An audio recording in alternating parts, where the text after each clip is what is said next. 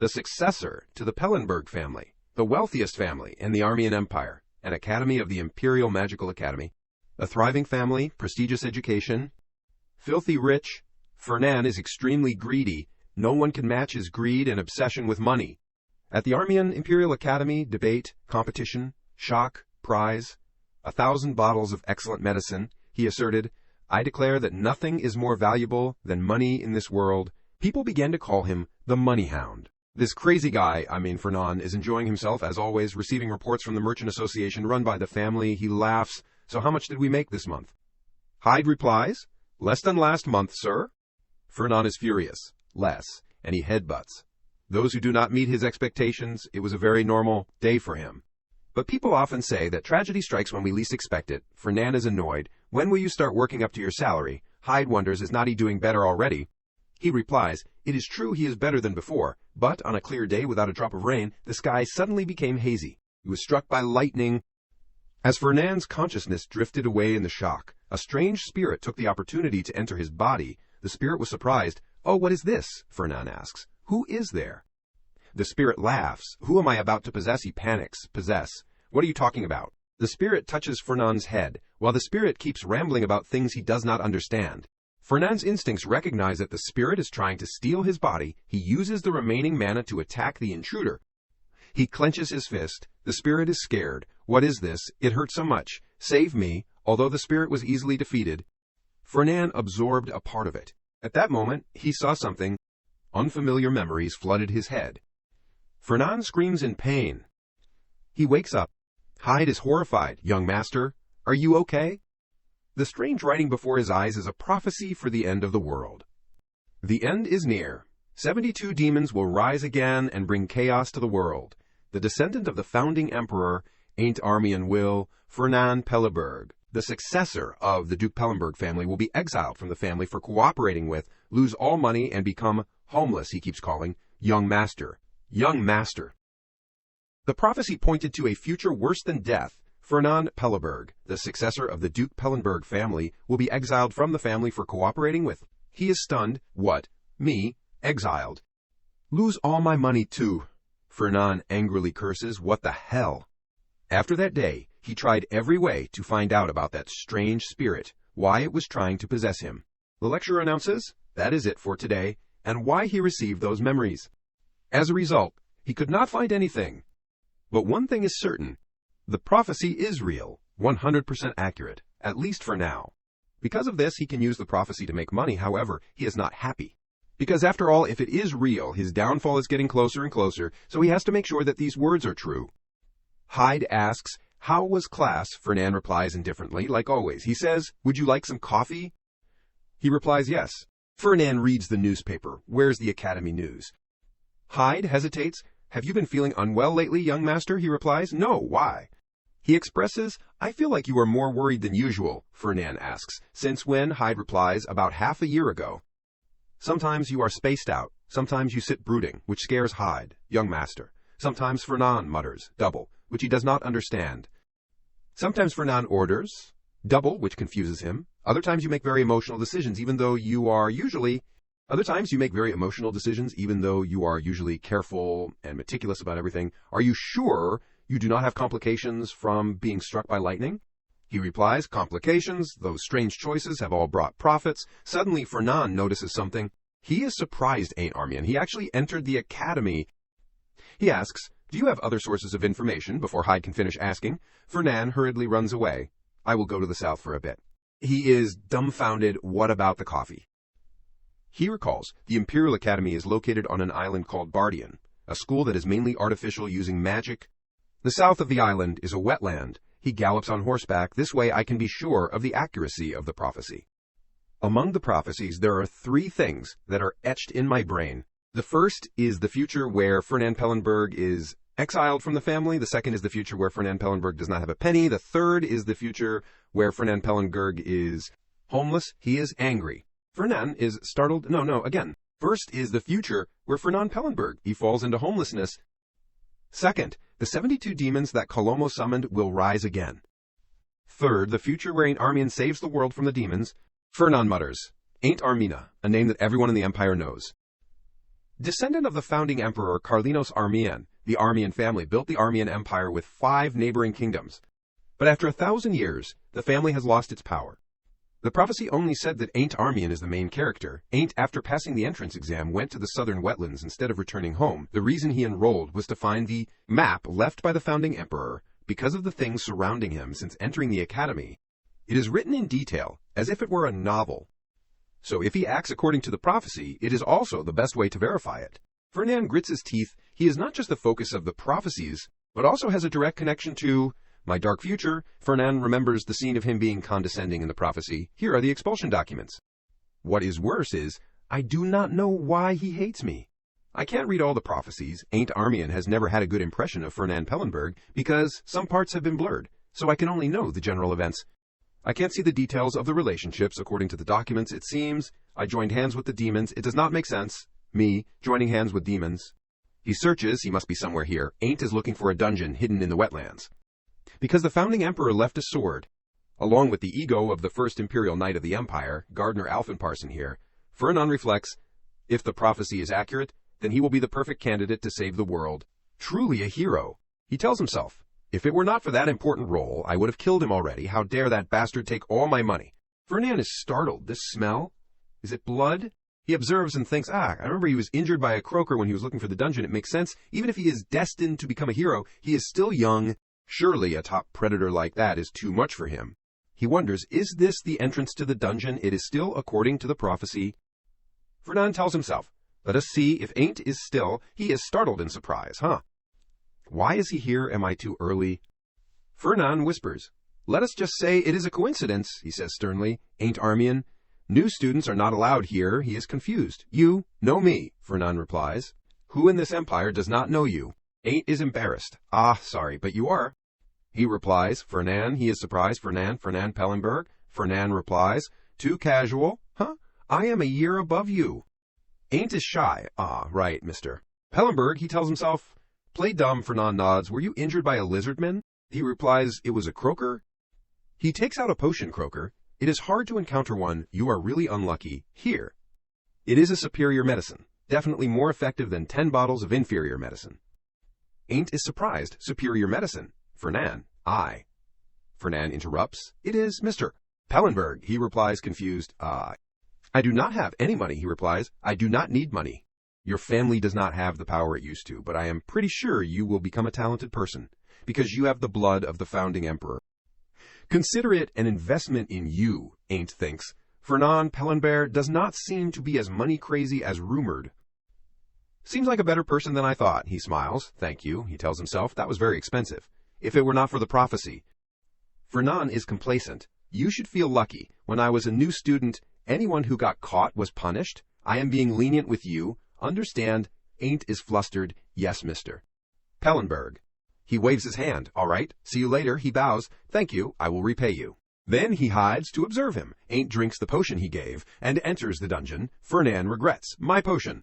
After waiting for a while, he also followed him inside. Fernand says, I was still doubtful, but there really is a dungeon. There is nothing here. Ain't must have cleaned it all up.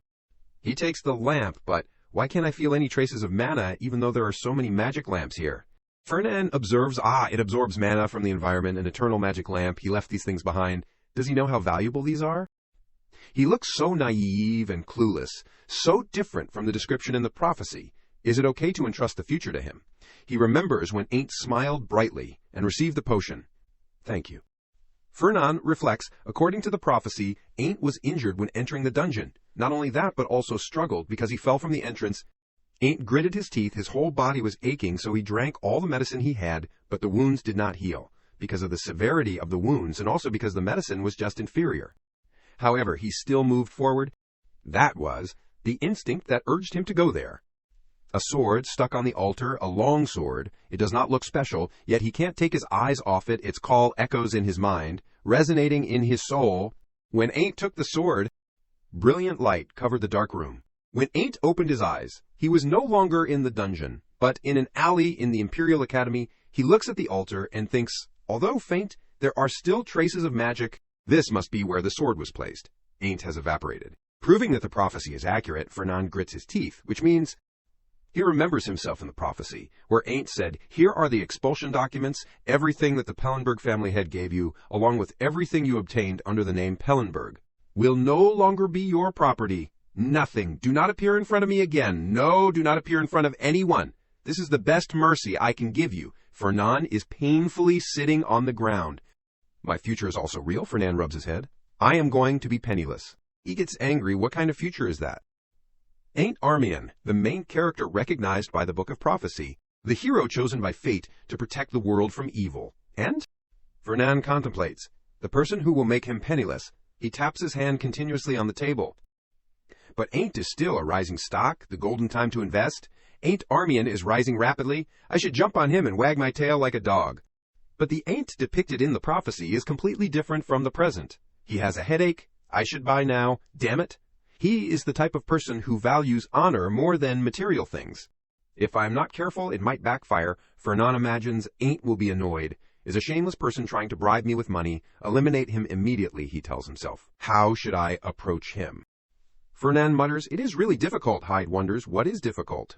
He asks Hyde, imagine there is a merchant association that will always develop well if invested in. What would you do? He replies, I would invest immediately without hesitation. Fernan wonders, but what if the association's motto does not match yours? Hyde replies, what is the problem? Doesn't the young master always say that with money, any motto can be followed? He suddenly realizes, Hyde is right. I keep thinking about demons and the world's problems, but the core is still the same. Invest, prepare for risks, then receive big profits. Personality differences are nothing before huge profits. But I still need more specific information about Ain't. Fernan takes his coat. I am going to see him right now. Hyde is surprised. Who? You have a visitor coming. He sighs. Yesterday was the same. Where did he run off to? At the academy, dormitories are assigned according to entrance exam rankings from rank 1 to 10 are ranked at the top, Ravados Hall. Ranks 11 to 30, Bless Hall. The rest from 31 downwards are the bottom of society. Gardner is angry. Dibbas Hall, the ego of Gardner Alphenparson, residing in Ain't Sword. He shouts, the descendant of Armian in the Armian Academy is in Dibbas Hall instead of Bless or Ravados. Unbelievable. If the late emperor were alive, he would crawl out and strangle them all like demons. Ain't chuckles, why do you suddenly mention demons? Gardner shouts, because if it were not for the intervention of demons, how could such an absurd thing happen, he tells himself. It feels like he is criticizing me. Ain't replies, what can I do? I am here because I am weak, he shouts. The descendant of Armian is weak, I can't believe it. He says, to be honest, the first emperor is partly to blame. Gardner is angry. What? Think about it, Ain't explains. He abolished the succession system and switched to a system of electing emperors from 7 elector families. He also gave territories and assets to the empire. For a century, the throne has belonged to other families. The territory is no longer Armian's, the family is declining. Even a part of the secret sword technique has been lost. Although he is still nominally an elector prince, I can't even learn swordsmanship properly. He coughs slightly. Even so, you still have talent, Ain't. I will support you wholeheartedly so you can regain glory for Armian. Perhaps the late emperor foresaw this, so he entrusted me to you. Ain't is startled. There is a voice calling. Ain't Armian, are you there? Gardner asks. Someone's coming to see you. He replies, no, who is it? The person replies, your senior. Ain't wonders, senior. He opens the door. Could it be? Ain't is surprised for none. Why are you here? He asks. Are you busy? He replies, no, it is not urgent, Fernan says. Then I will take some of your time. There are too many people here. Let us go somewhere quieter. Ain't replies, right now. Wait for me 10 minutes. I will prepare a little. He wonders, making a precious senior wait outside for 10 minutes. If you were in my time, even if you were asleep, and a senior called you, you would run out in your underwear. New students are too pampered now, he panics. 5 minutes. I will prepare and be out in 5 minutes. Fernan pats his shoulder. I will let you off this time. I will wait in front of the dorm. He closes the door. Gardner is angry. What is wrong with that old fogey? Ain't replies, that is Fernan Pellenberg, the eldest son of the Pellenberg family. He is furious, Pellenberg, that nouveau riche family. What do those people with only money think they are, that they dare to call a royal descendant out like that? Is the world in chaos? He is curious. What does he want? Surely it is not to ask for money for that potion, right? He said it was an investment, Fernan asks. You are carrying a sword? Ain't replies, ah, yes, I feel calmer when I have a sword in my hand. I swear I do not mean anything, he replies. I understand. Most knights can't bear to leave their swords. Fernan thinks, that sword must be the ego of Gardner Alphenparson. He is nervous. Then why does Senior Fernan want to see me? He replies, Ah, it is nothing, I just want to have a meal with you. Ain't is stunned. A meal? Fernand replies, yeah, order whatever you like. He is embarrassed. I am really okay. Besides, this place is very expensive. He says sternly, you can't refuse a senior. In my time. Ain't quickly replies, yes, I am looking at it now. He awkwardly reads the menu. Fernand secretly assesses, naive and easygoing. Why would I be kicked out by this kid? The more I think about it, the more uncomfortable I feel. Ain't is very confused at this moment. Everything is extortionate. He asks, Ain't, do you have any goals you want to achieve? Besides graduating, he is stunned, yes. Fernand explains. Most people enter the academy to build relationships, but your family avoids social gatherings on the grounds that the army and family must rebuild. So I find it strange that you enrolled, Ain't says in a low voice. I am tired of being seen as a defunct royal. Even if only nominally, Armian is still royal. He notices, oh, look at that. So I will become a royal knight and restore honor to my family, Fernand thinks. His eyes are different when he talks about his dream. He has a strong will and a desire to achieve his goals. Very proud of his blood, he nods, I see. So, have you chosen a dish? He is startled. Wait for me a moment. Seems like he is not as easygoing as he looks, Fernand asks. Ain't. Do you have any dislikes? He replies, not really. He smiles. So, what is your MBTI? Ain't wonders, MB what? It is already dark, he tells himself. I understand roughly the type of person Ain't Armian is. I was originally planning to sweet-talk him and lure him with sponsorship. Luckily, I did not do that. Fernand reads the analysis report about Ain't. If I give him money directly, his self-esteem will be hurt. He hums, with this type of person, being gentle and emotional is better than doing charity.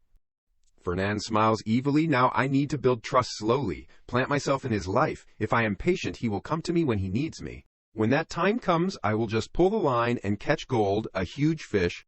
He laughs gleefully. I will turn him into an ally and squeeze him dry. Hyde walks in and bows. Young master is back. Where were you? Fernand replies, just meeting an acquaintance. He asks, was it Berchef? He wonders, Berchef, why are you mentioning him? Hyde replies, Louina Berchef. He came today to discuss that debt. Fernand replies, ah, so it is today. He reports, if I knew you were coming back late, I would have sent him back. I told him to wait, but after 3 hours she left. Berchef must think you made her wait on purpose to discourage her. He replies coldly, it is better to be discouraged. It took so much effort to tie them down, so keep them tight. Suddenly Fernand is startled. He holds his head and exclaims in pain. Hyde asks, young master, are you okay? Fernand gasps, I am okay. I just have a headache. He thinks this is prophecy, and it is the part one could not read before. The unclear words appear. Why are they suddenly appearing now? Brown hair like floating clouds, aquamarine eyes, just enough to describe one corner of the girl. Her swordsmanship is exquisite, beautiful, noble, and more alive than anyone. Ain't was attracted to that dance, under the moonlight. She definitely has enough talent to become a royal knight, but there are shadows in her heart. If those shackles are broken, she will be able to spread her wings and fly freely. Those shackles, young master, I want to free her. From the Pellenberg family, Hyde worriedly approaches. Young master, Fernand wonders, is that why Ain't hates me? Louina sits quietly. He curses, damn it. He freezes, Fernand explains. Ah, I was not talking about you. She tells herself, Fernand Pellenberg. Yesterday he intentionally made me wait, and now he is calling me. I am the one who is anxious about the debt. Louina mutters, is he planning to crush me? He stands behind, silently observing. Fernand contemplates, just looking from behind, you can see how uncomfortable she is. The Berchef Count's lineage was originally a border count. They used to be a powerful family protecting the northern frontier of the empire, one of the 7 elector families, but after being swept away by a giant monster wave, their solid legacy collapsed, and their glory also vanished. To rebuild the family, Berchef had to sell everything they had, including the official document and the royal seal proving the right to elect the emperor, but it was still not enough. At that time, the person who helped Berchef was Duke Evan Pellenberg, the head of Pellenberg, my father. Was it because father sympathized with Berchef's misfortune? No. The Pellenberg family lacked swordsmanship talent, so they always wanted to acquire extraordinary secret sword techniques. Berchef's tragedy was the perfect opportunity. Pellenberg prevented the nobles from providing economic assistance to Berchef. Pellenberg prevented the nobles from providing economic assistance to Berchef, gradually forcing Berchef to bear a huge debt. This way, Berchef could avoid disappearing, but the annual interest still made them suffer. If I pressured them a little more, I could have extracted the secret technique. But fate painted Louina as Ain't's future lover. He recalled Louina's analysis. Family restoration, saving the world, romance. Ain't likes to do that, huh? Forget about the secret technique. If Louina is related to Ain't, I have to make sure she does not hate me. Fernand clears his throat. Luina Berchef, you came just in time for dinner. She turns around to look. He sits down. I am sorry about yesterday. I was too busy and forgot the appointment.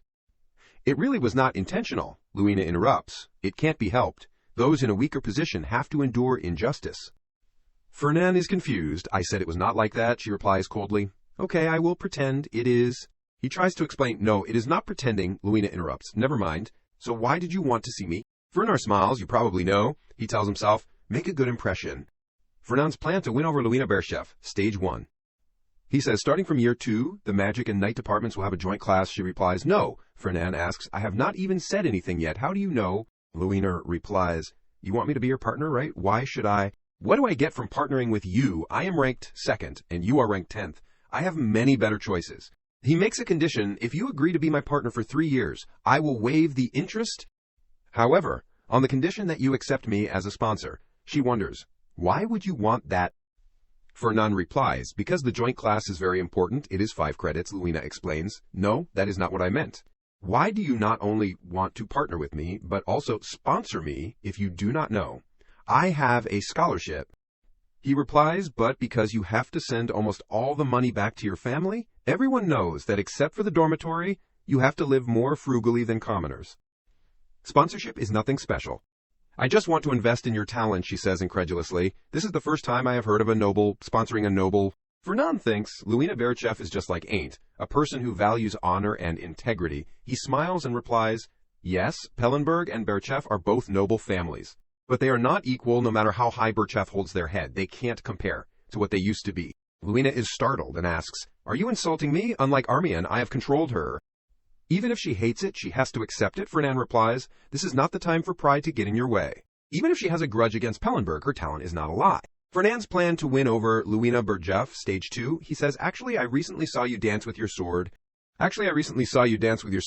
Fernand remembers the prophecy. Brown hair like floating clouds, aquamarine eyes, just enough to describe one corner of the girl. Her swordsmanship is exquisite, beautiful, noble, and more alive than anyone, he coaxes.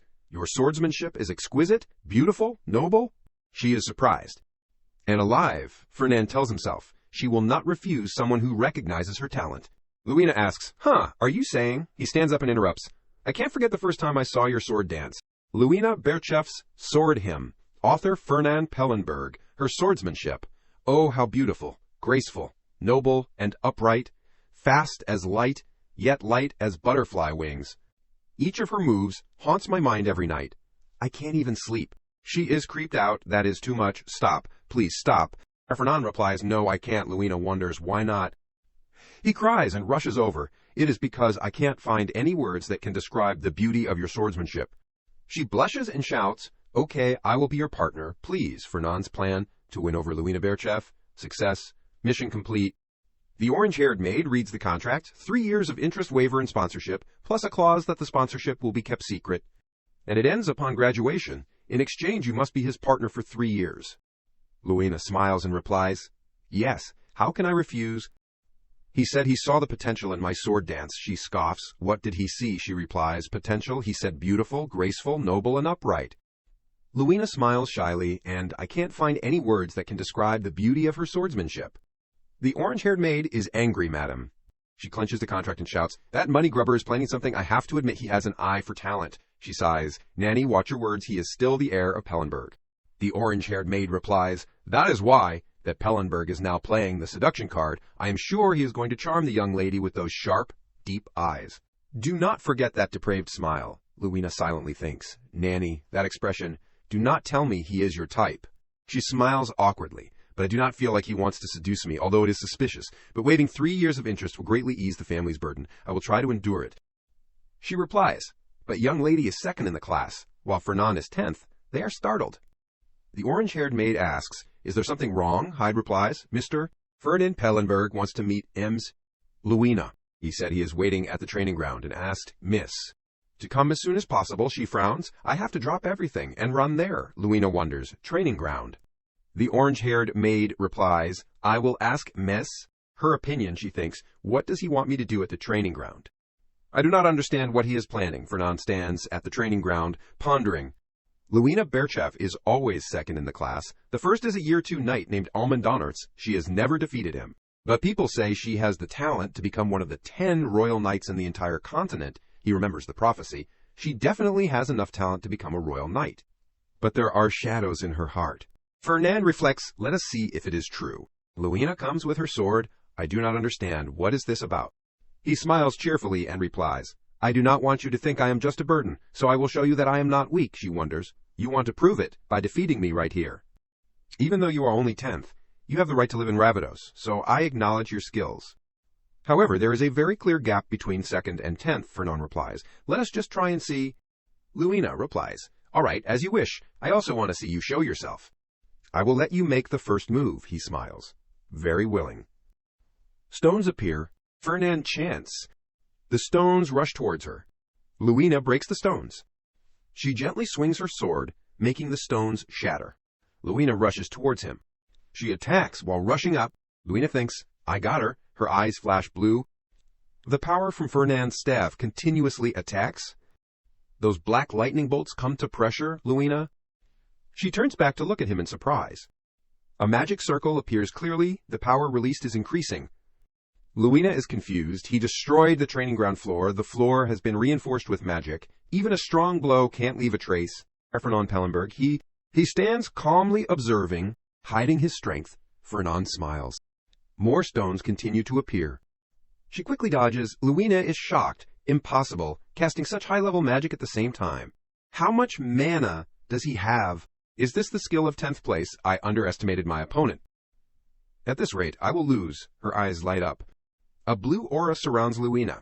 He is surprised. Fernand smiles slightly. His power causes the training ground to show signs of cracking walls. Pieces of the ceiling fall down. Fernand's stones approach her. Luina pours energy into her sword. She rushes forward and cuts the stone in half. Luina gets close to him. Fernand drops the staff. She is startled. He smiles and says, I surrender. Luina is annoyed. Are you looking down on me? Fernand replies, no, I am just out of mana. How can a mage with no mana fight a knight, she thinks. It does not seem like he is pretending. He is really out of mana. He can't defeat me anymore. I blocked all those attacks until he ran out of mana, so I won. But why does it feel uneasy? There is no feeling of victory at all. Fernand says, I have something I want to give you. Here, because you defeated me, I heard you like chocolate. This is whiskey chocolate made by my family. It is very delicious. Luina stares. Chocolate, if you do not like it, I can switch to the world-famous Friedian wood chocolate. If that is not okay either, then the specialty of the Freysia superpower, Kraken ink chocolate, just tell me which one you like. She suddenly wakes up, pause for about 2 seconds. Luina asks, are you investigating my background? He replies, wipe the drool when you talk. I would not do such a troublesome thing just for you. I just know all the personal information of all the top-ranked students. She is angry. That is exactly investigating my background. Luina sighs, and also giving me chocolate for winning. Am I a child? Fernand replies, is that so? I thought you liked it, so I gave it to you. I won't force you if you do not like it. She snatches the chocolate. When did I say I would not accept it? He smiles cheerfully. Then let us work together happily from now on. Luina asks, wait a minute, why? Fernand wonders, why, what? She says, you possess a huge amount of mana, enough to unleash such devastating attacks. I can't imagine where your limit is. With such skills, why are you only ranked 10th? He chuckles. What else? Merchant does not need the limelight.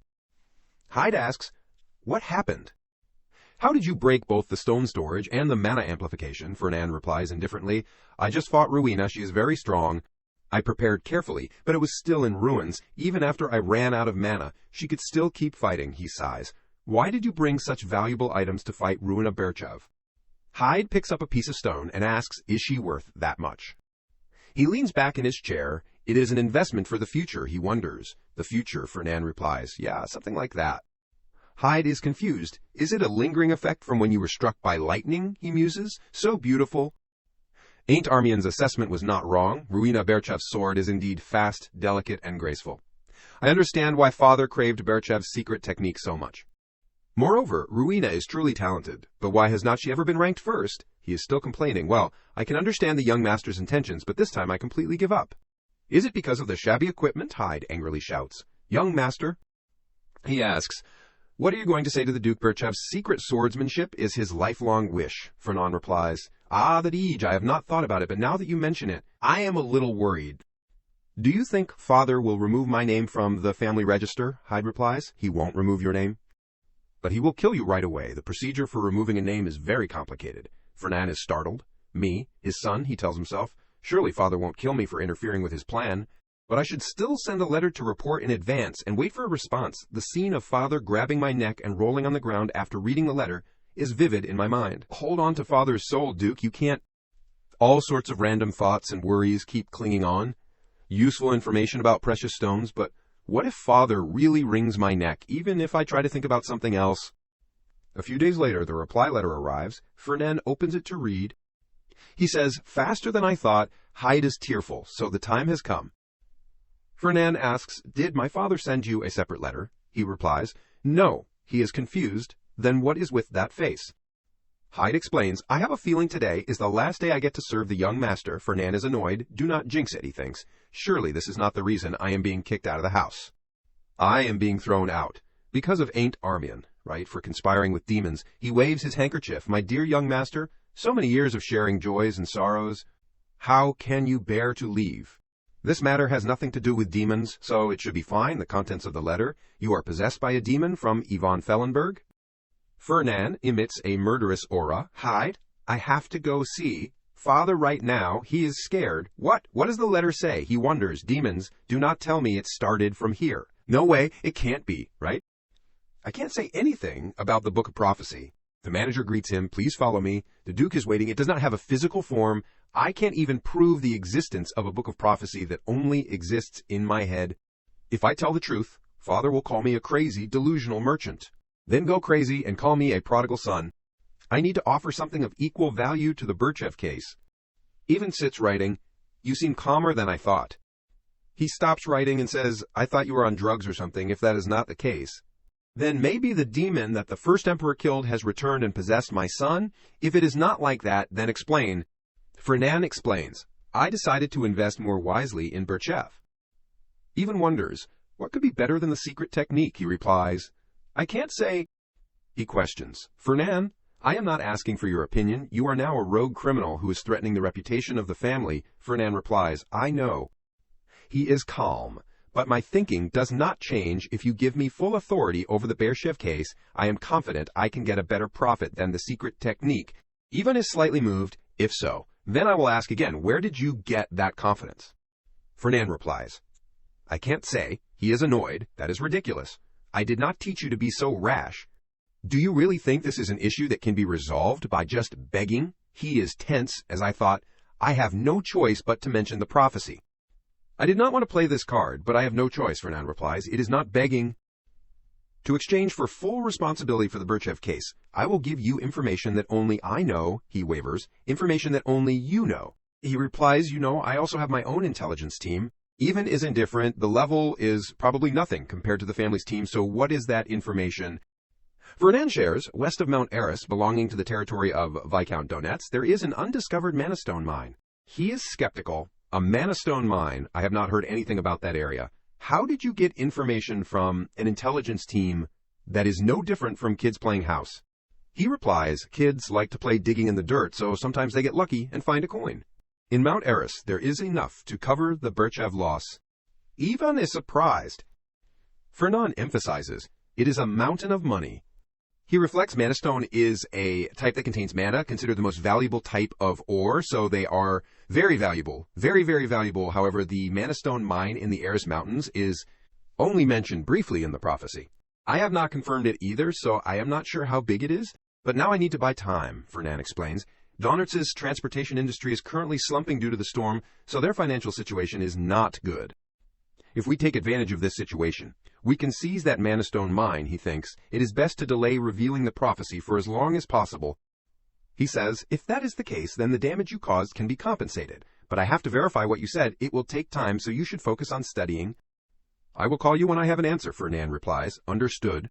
He turns and leaves. Is he appeased? I feel like I lost 10 years of my lifespan. Ivan suddenly calls. Fernand, he is startled in fear.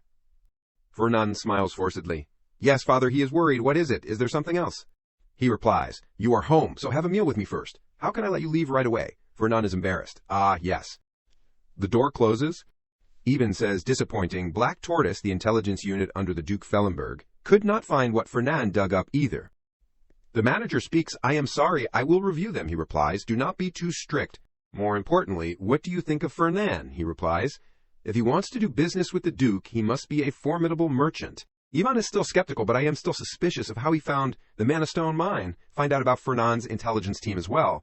Maybe they specialize in minerals. The manager asks the Gold Pillar, the intelligence unit under Fernand. He replies, Fernand knows that minerals generate a lot of money. That is why he chose to become an Earth Mage, even though his compatibility with fire is very high. Of course, we have to verify the information first, he replies. Maybe the young master's Gold Pillar has developed beyond expectations in terms of discovering ley lines and minerals. Ivan chuckles. He has always liked those rocks. Who would have thought he would be so good, a Mana Stone mine, who his son is so smart? He says sternly, investigate Ruina Birchev as well. Give me detailed information on how she seduced Fernand. The manager wonders, you mean the young master likes Ruina Birchev? Ivan hands over documents. I have finished reading them. Take them. Why invest without a reason? If there is, then invest immediately. So if he suddenly invests without a clear reason, he imagines Fernand blushing, his eyes looking at Luina full of affection. Even smiles slightly, then it means his eyes are attracted to something. If it is not young love, then what else could it be? But I have a feeling that is not all. What the hell could it be? What could make his son, who loves money more than his father, choose? Fernand is now sitting with Luina. Alia Tortega is pairing up with Carlos Dane. She replies, yeah, Carlos paired up with Alia after I said I would be your partner. He asks, Alia Tortega is 4th in the night department, right? Luina replies, yeah, she was 5th, but she has improved greatly. Fernand wonders, you told him that I paired up with you. Anyway, the rumors will spread. What is the big deal? She replies, they will find out anyway. Everyone says I am partnering with you for money. It is not surprising, so I am okay with it anyway. It is not false. He smiles slightly. Well, it is true. It is for money. I like money. With money, anything is possible, Luina thinks. No wonder everyone calls him a money-grubbing devil.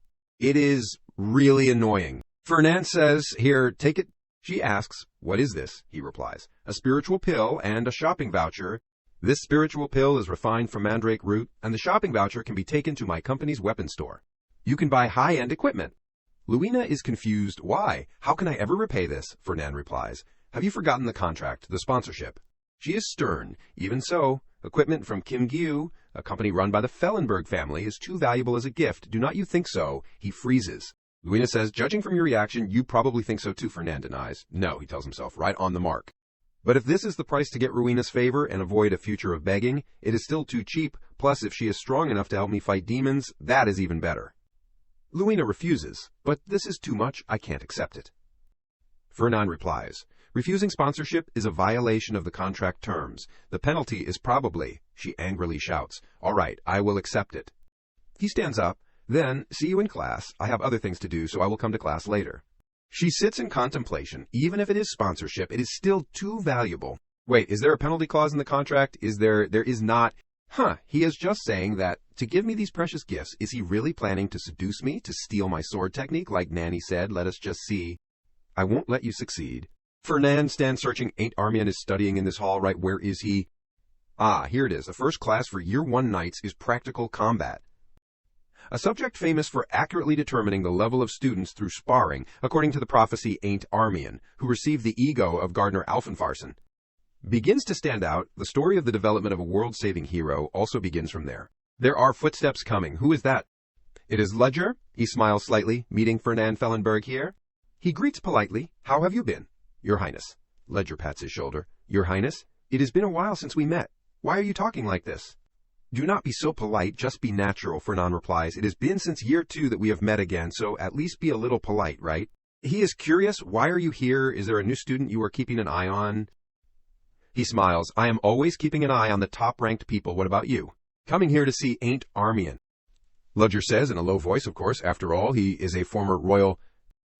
It has been 100 years since they entered the academy, so it is natural to be curious. Ludger Schwaben, Fernand observes carefully, the second prince of the current imperial family of the empire.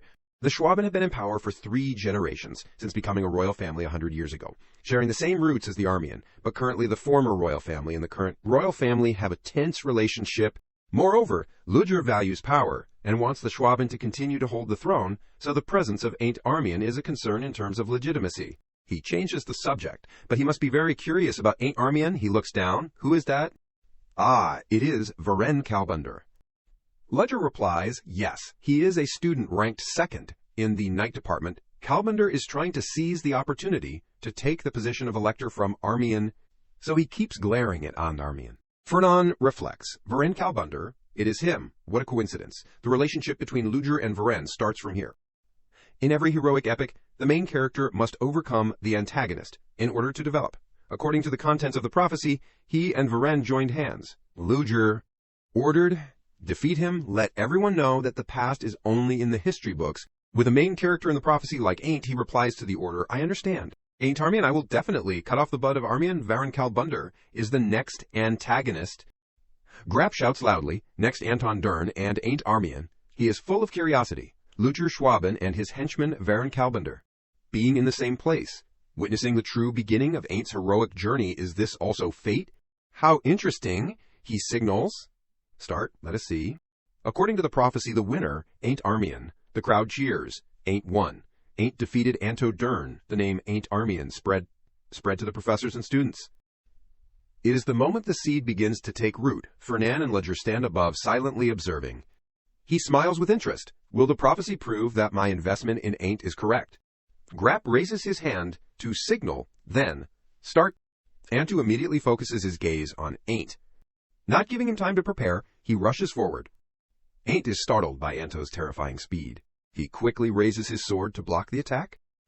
Anto immediately turns his blade towards Ain't's neck and cuts a line. He jumps up and avoids a sword. Ain't lands on the ground a distance from him. He gasps for breath, but still firmly grips his sword. From the observation deck, Ludger chats, I heard this class will randomly pair up to fight. It seems the Armian kid is unlucky. Anto Dern ranked 10th in the entrance exam, a formidable opponent for Armian in 38th place. The battle on the arena floor is still tense, the light of the swords colliding sparks. After observing for a while, he begins to feel bored, but being pushed back like this, even though I did not expect much from 38th place, it is really boring. There is nothing to see, I am leaving, Ledger says and pats his shoulder, preparing to leave. Fernan speaks at this moment. It does not seem that way. He hears this and turns his eyes to the arena floor, asking, what? Before them, they only see Antu falling into a disadvantageous position, being struck by a sword from Ain't from above. His decisive sword cuts right next to his face, leaving a thin line of light. Swish. Anto's clothes are cut in half. He is stunned, unable to process that he was struck by a sword by his opponent. Ludger's ears are filled with horrified shouts. What? Anto was overturned? No way. Ain't in 38th place. Varen, standing in the crowd observing, also silently sheds a drop of sweat because of the increasingly dramatic match. He thinks maybe he was surprised because his opponent started with an aggressive style. His obvious confusion shows that he lacks experience. But once he calms down, the tide will turn. Anto's expression becomes more and more gloomy. He mutters, a 38th place.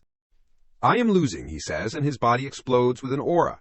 The other students watching the match start to argue. A female student says, Ain't is doing better than I thought, but Anto will win, right? It is also considered saving the face of the former royal family. The male student next to her objects. What is there to save with 38th place? He smiles and admits, 38th place can make 10th place use aura. It is worthy of the name Armian. No talent, but there is also effort for non-secretly objects. No talent, Ain't Armian. There is no way. Under the arena floor, Anto's whole body is filled with anger, swinging his sword to attack him. He realizes it is not that Ain't lacks talent, he is concentrating on the battle. When the opportunity comes, Ain't puts his hand up to block his sword. The two swords collide, sparking. In just a blink of an eye, the two have unleashed many moves, the light of the swords dazzling. Fernan secretly feels, but the environment around him has never had support. His eyes are full of praise. Ain't Armian is very special. He is the person chosen by fate. Right at this moment, Anto is suddenly startled. Ludger also does not take his eyes off the match. Fernan knows Ain't is the main character of this world. He has appeared behind him from some time ago, preparing to strike down with a sword. Varen is also endlessly surprised.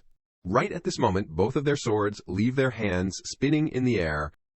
He collapses. Grap announces the winner is Ain't Armian. Ain't happily raises his sword, celebrating his victory. The people watching the match are also very surprised. Ain't won. Ain't defeated Anto Dern. In another corner, Varen does not seem so happy. He happily imagines the sound of money ringing in his ears, secretly pleased. Just as I thought. The prophecy was right. I did not choose the wrong person. Fernand secretly calculates, I just need to fatten Ain't and then turn him into an ally. Then next, it is increasing the goodwill with Luina. Next to him, Ludger still can't believe it. Ain't one. Scene change. In the classroom. Two students lean close to each other chatting. They really paired up with each other. The other person also doubts. Luina really accepted. Someone guesses it is probably because of money. He rests his chin on his hand and turns to gossip with her. Well, there is too much attention. I do not like being the center of attention. Luina replies coldly, they will stop talking about it eventually. Fernand asks, have you used the spiritual pill yet? Have you changed your equipment? Do you like it? Luina glances at him without rushing to answer. In her head, she remembers the scene after changing her equipment and using the spiritual pill. Her whole body becomes so refreshed and excited. The nanny standing next to her also praises endlessly. Oh my God, young lady is so cool. Oh my CA, young lady is bursting with energy, she finally replies hesitantly. Not bad. The sound of high heels echoes in the classroom. A voice asks, is the class complete? Rosalia comes to the podium and says, I see you all have partners, no one is late, right? I am Professor Rosalia from the Magic Department, you probably know. This is Professor Grapp from the Night Department. From now on, the two Magic and Night Departments will have a joint class. After an assistant goes to distribute materials to each student, she signals, let us start class. You have received the map from the assistant, right? The first lesson will be practical. While speaking, Rosalia casts a matrix on the teacher's desk. A map of the practice area appears in front of the two professors. Grapp continues, it is best to confirm the knowledge you have learned through practice. From now on, you will be thrown into the practice area. The map I distributed has marked locations. You just need to get there within 4 hours. However, you must not arrive too early or too late. It must be exactly 4 hours. That is, exactly 2 of the clock in the afternoon. Are there any questions? A Year 1 student raises his hand and asks, does it affect the score? He smiles and replies, it is the most important score after the midterm and final exams. He asks again, are we allowed to fight each other this time? She replies, you will get points if you catch other people. If there are no more questions, then the class will start immediately. The students shout yes. Rosalia casts magic with her scepter, bringing the students into the map. Before leaving, she gives everyone a sentence, good luck. Fernand and Luina enter a forest. Before them is a majestic mountain forest scene. He looks around, wondering, where is this? She leisurely goes in the opposite direction to find out. Let us see. First is the map. Suddenly, 2 people appear in front of them. Jane greets. Luina. Ned waves shyly. Fernand. Hello? Fernand does not reply, only turns to ask her. Jane Hux and Ned Palin. Both are outside the top 70, right? Luina asks for his opinion. What should we do? Fernand thinks, what should we do? Do we need to deal with these bottom-rank scrubs? Is what I usually say before leaving, but this time I will follow your wishes. Her eyes shine brightly and replies with one word, good. Then Luina draws her sword and outlines a plan. First is to get some bonus points, then check the map to see where we are. He wonders, is not it easier to use magic? She asks back without understanding. Can you use magic to determine the location? Fernand immediately denies. No, I mean stand on a high place and look around. Luina asks, confused. Is not that the same as looking at the map? He argues, ignore the details. While the two of them are arguing, on the opposite side, Ned whispers into Jane's ear, Jane, there is a chance. Run quickly. The two of them turn to run, only to encounter her figure hanging upside down from a branch head down. Luina quickly wipes over and says, we need bonus points. Where are you planning to run? Jane and Ned look at her in fear like they met a ghost and shout loudly. She raises her hand and a formation appears protecting the two of them from Luina's sword.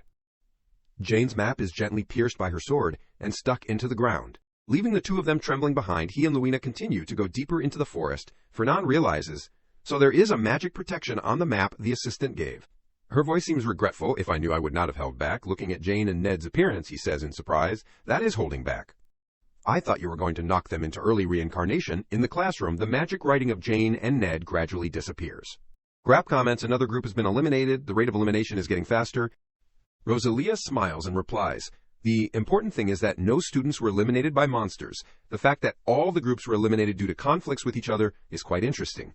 He asks, Professor Rosalia, are there any pairs you are keeping an eye on? She carefully observes the map and gives her opinion. If you only look at the scores, the Ludger Schwaben and Ellen Donnert's pair is the strongest.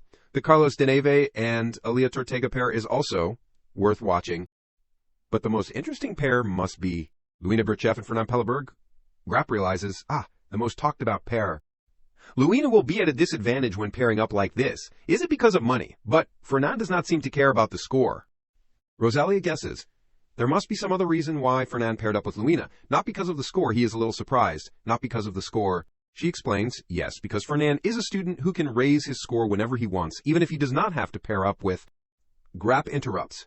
What do you mean he can raise his score whenever he wants? Rosalia argues. Fernand is always ranked 10th. An excellent student always holding first place is normal, but 10th place is not.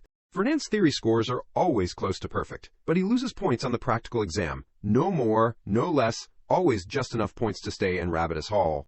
I think he just does not want to stand out, he asks back. So you mean that kid Fernand has been hiding his strength all along? She does not deny it. Yeah, do you know about the training ground that was recently destroyed? And the professors frantically searched for the culprit. It turned out to be Fernand and Luina. Grapp is startled. What, those two are the ones who turned the training ground into rags? Rosalia replies. Yeah, that is why I am curious. He wonders about what? About why Fernand is hiding his strength. She replies briefly, no. Questions fill the two people's heads. Why is not he hiding anymore? Scene change back inside the practice area. He is standing on a high, precarious cliff, carefully observing the surroundings. The place marked on the map is the coastal area to the north. It must be somewhere around here. Below this cliff there is a screaming sound. It is, Luina, save me. Luina Berchef is so brutal. I know the score is important, but this is... Fernand guesses, so this is the western mountain range. Her voice echoes from below. It is done. What about you? Have you found the way... He lands next to Luina and says, yes, just head northeast. There are quite a few people heading in that direction, she replies. That is good. Fernand asks, are we going to find the next pair now? Luina brushes her hair and nods. Yeah, there is still plenty of time. The more bonus points we get, the better. A large rock, tied by magic, appears above their heads, falling straight down. A person jumps from the rock, landing on the ground in front of them. Greetings, so we meet here. Carlos calls his name with a haughty expression, Fernand Pelleberg. His sword still has the strong magic power that just hit the rock, not yet recovered. She angrily scolds. Carlos Denve, where is your honor? Attacking sneakily like that? He does not care. What honor is there in fighting? Did you forget the professor said this is practical combat? Did you think I would let you go when fate has us meet so early? Finishing his words, Carlos casts magic. Luina wonders, why is Carlos Denve so hot-blooded? Fernand guesses, he is the one who kept wanting to pair up with you, right? He must have hurt his pride. Because I stole you.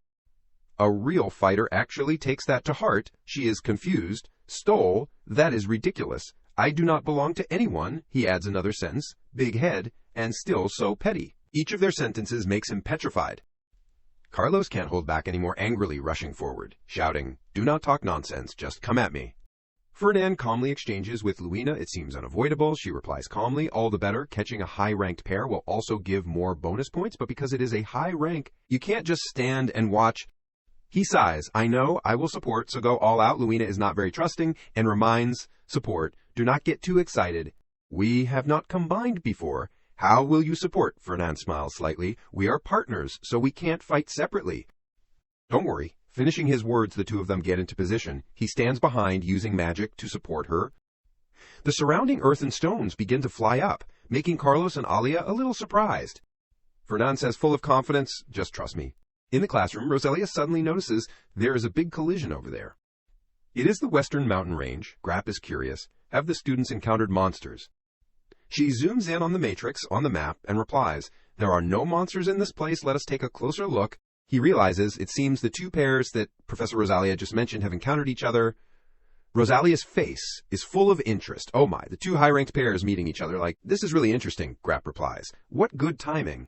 In the practice area, Carlos roars, Fernand Pelleberg, let me see your true abilities. The earth and stones fly up. She swings her sword and moves forward. He also rushes quickly, keeping up with Luina's steps.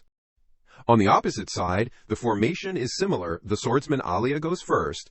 He is behind casting magic. She feels in surprise. What? My body is lighter than usual. A thought flashes in Luina's head. Could it be? Support magic. Since when did he have time to cast support spells? Fernand winks at her side, his face full of praise me, I am so cool. Luina gets goosebumps. Are you crazy? This guy really... She jumps up towards Alia and lands. Luina tells herself, do not be careless. First, I have to take down Alia. She uses her sword to block her blow. The two swords collide, sparking. Luina puts her strength down. Right at this moment, Carlos casts magic. A mass of blue power, like a giant snake, heads towards her. Taking advantage of Luina's concentration on fighting Alia, the mass of power surrounds her body. It weaves around, wrapping around Luina's hands, along with her sword. Then quickly tightens, making her feel, I can't move. She says smugly, I caught you, Luina. Luina grits her teeth and says, this is nothing. I just need to use aura, and before she finishes, Alia has jumped up, preparing to strike down with a sword. The sword's shadow flashes golden light. But what it strikes is a rock. She is shocked. A rock? He looks at his magic tying around that rock, stunned, and blurts out, what? So Luina, to answer Carlos's question, her figure gradually appears next to Fernan.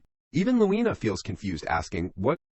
He smiles and replies, that magic. My family just developed it. I thought it was useful, so I learned it. Exchanging the position of objects with the same weight, hearing the use of this magic, she is a little uncomfortable. Then Luina loudly scolds, how do you know my weight? Fernan replies calmly, it is written on the resume. That rock looks like that, but it is not heavy. Right at this moment, he uses magic to attack them again, making her have to jump up to dodge. Luina says, we will talk later. She angrily grabs his collar, saying, that whole resume too, I will find it and burn it to ashes. Fernan can only beg, be gentle. Is it going to kill you to lift me up properly? Luina orders, I will handle Alia. You focus on blocking Carlos. He stands up, gripping his scepter, grumbling, how many more times do I have to roll on the ground? It is so embarrassing. In a moment, Fernan casts a matrix in the air. He smiles slightly. This guy Carlos, no wonder he did not use it earlier. Carlos Denove's specialty is summoning lightning like rain. This is multicasting, destructive power beyond the level of a student, and the reason he is a top student in the department. Fernan crosses his arms, thinking, let us see, I have researched how to block this. Finally, I get to try it. Let us see how effective it is. In his hand are two transparent orbs. Fernan releases them into his matrix and begins to chant. On the opposite side, he is also focusing on chanting summoning lightning. Suddenly, Carlos and she are startled. The earth and stones at the spot he is standing suddenly fly up. Smoke and dust cover Fernan's entire body, while resisting the lightning he strikes. The smoke gradually dissipates. His face gradually reveals. Carlos exclaims in horror, blocked it. How? Fernan explains this is a mana absorption device. The two transparent balls just turned black and fell to the ground. He dusts off his clothes and says, of course, I adjusted it a little. It is expensive and difficult to make, but it is quite effective. I am planning to improve it a bit and mass produce it to launch on the market, he points at him, angrily criticizing. Using creations is cowardly, this is cheating. Fernan reminds Carlos, what is cowardly about it? Did you forget the professor said this is practical combat? He is speechless by what he said. Fernan smiles at this moment and mentions Luina. Carlos gets angry and remembers Alia. He tells her, finish it. Luina's eyes flash. She puts all her strength into her sword and strikes at her.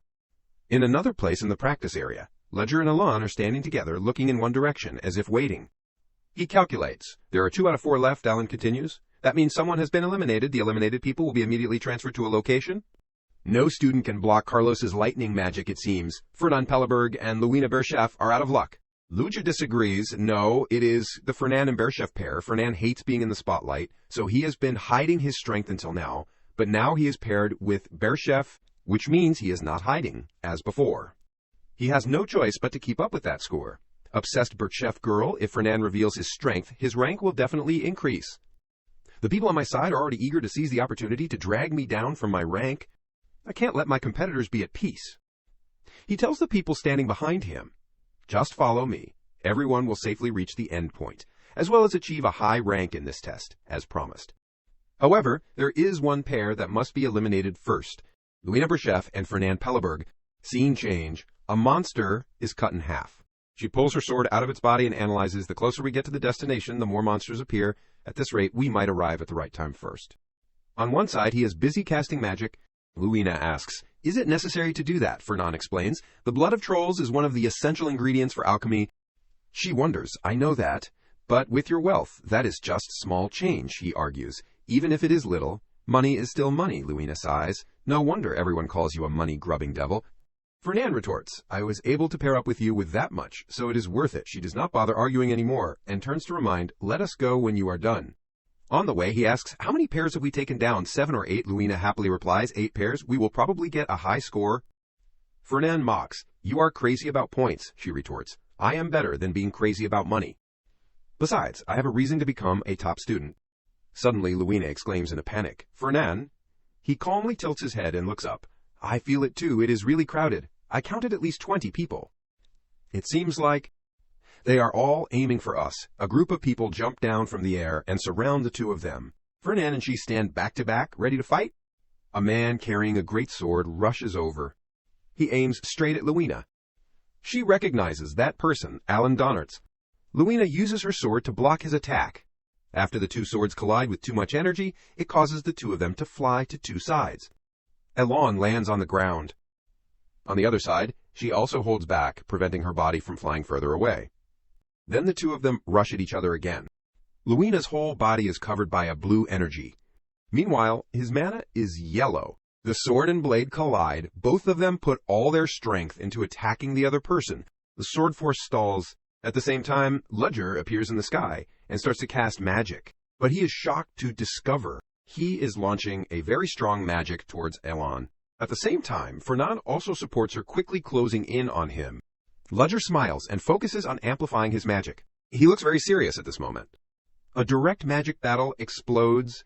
The explosion emits a huge light and impulse, causing everyone around to raise their hands to avoid it.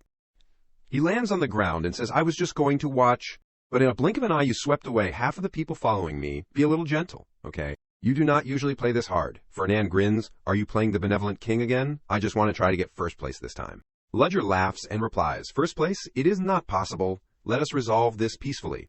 He negotiates, there is less than an hour left until the test ends, right? "If we fight right now, no one will reach the destination on time. Let Alan and me take first place, and you can take second place."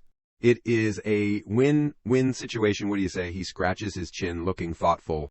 Luina shouts angrily from behind, "I would rather lose than give up first place." Fernand makes an helpless face and points at her. "You heard that? My partner does not like it."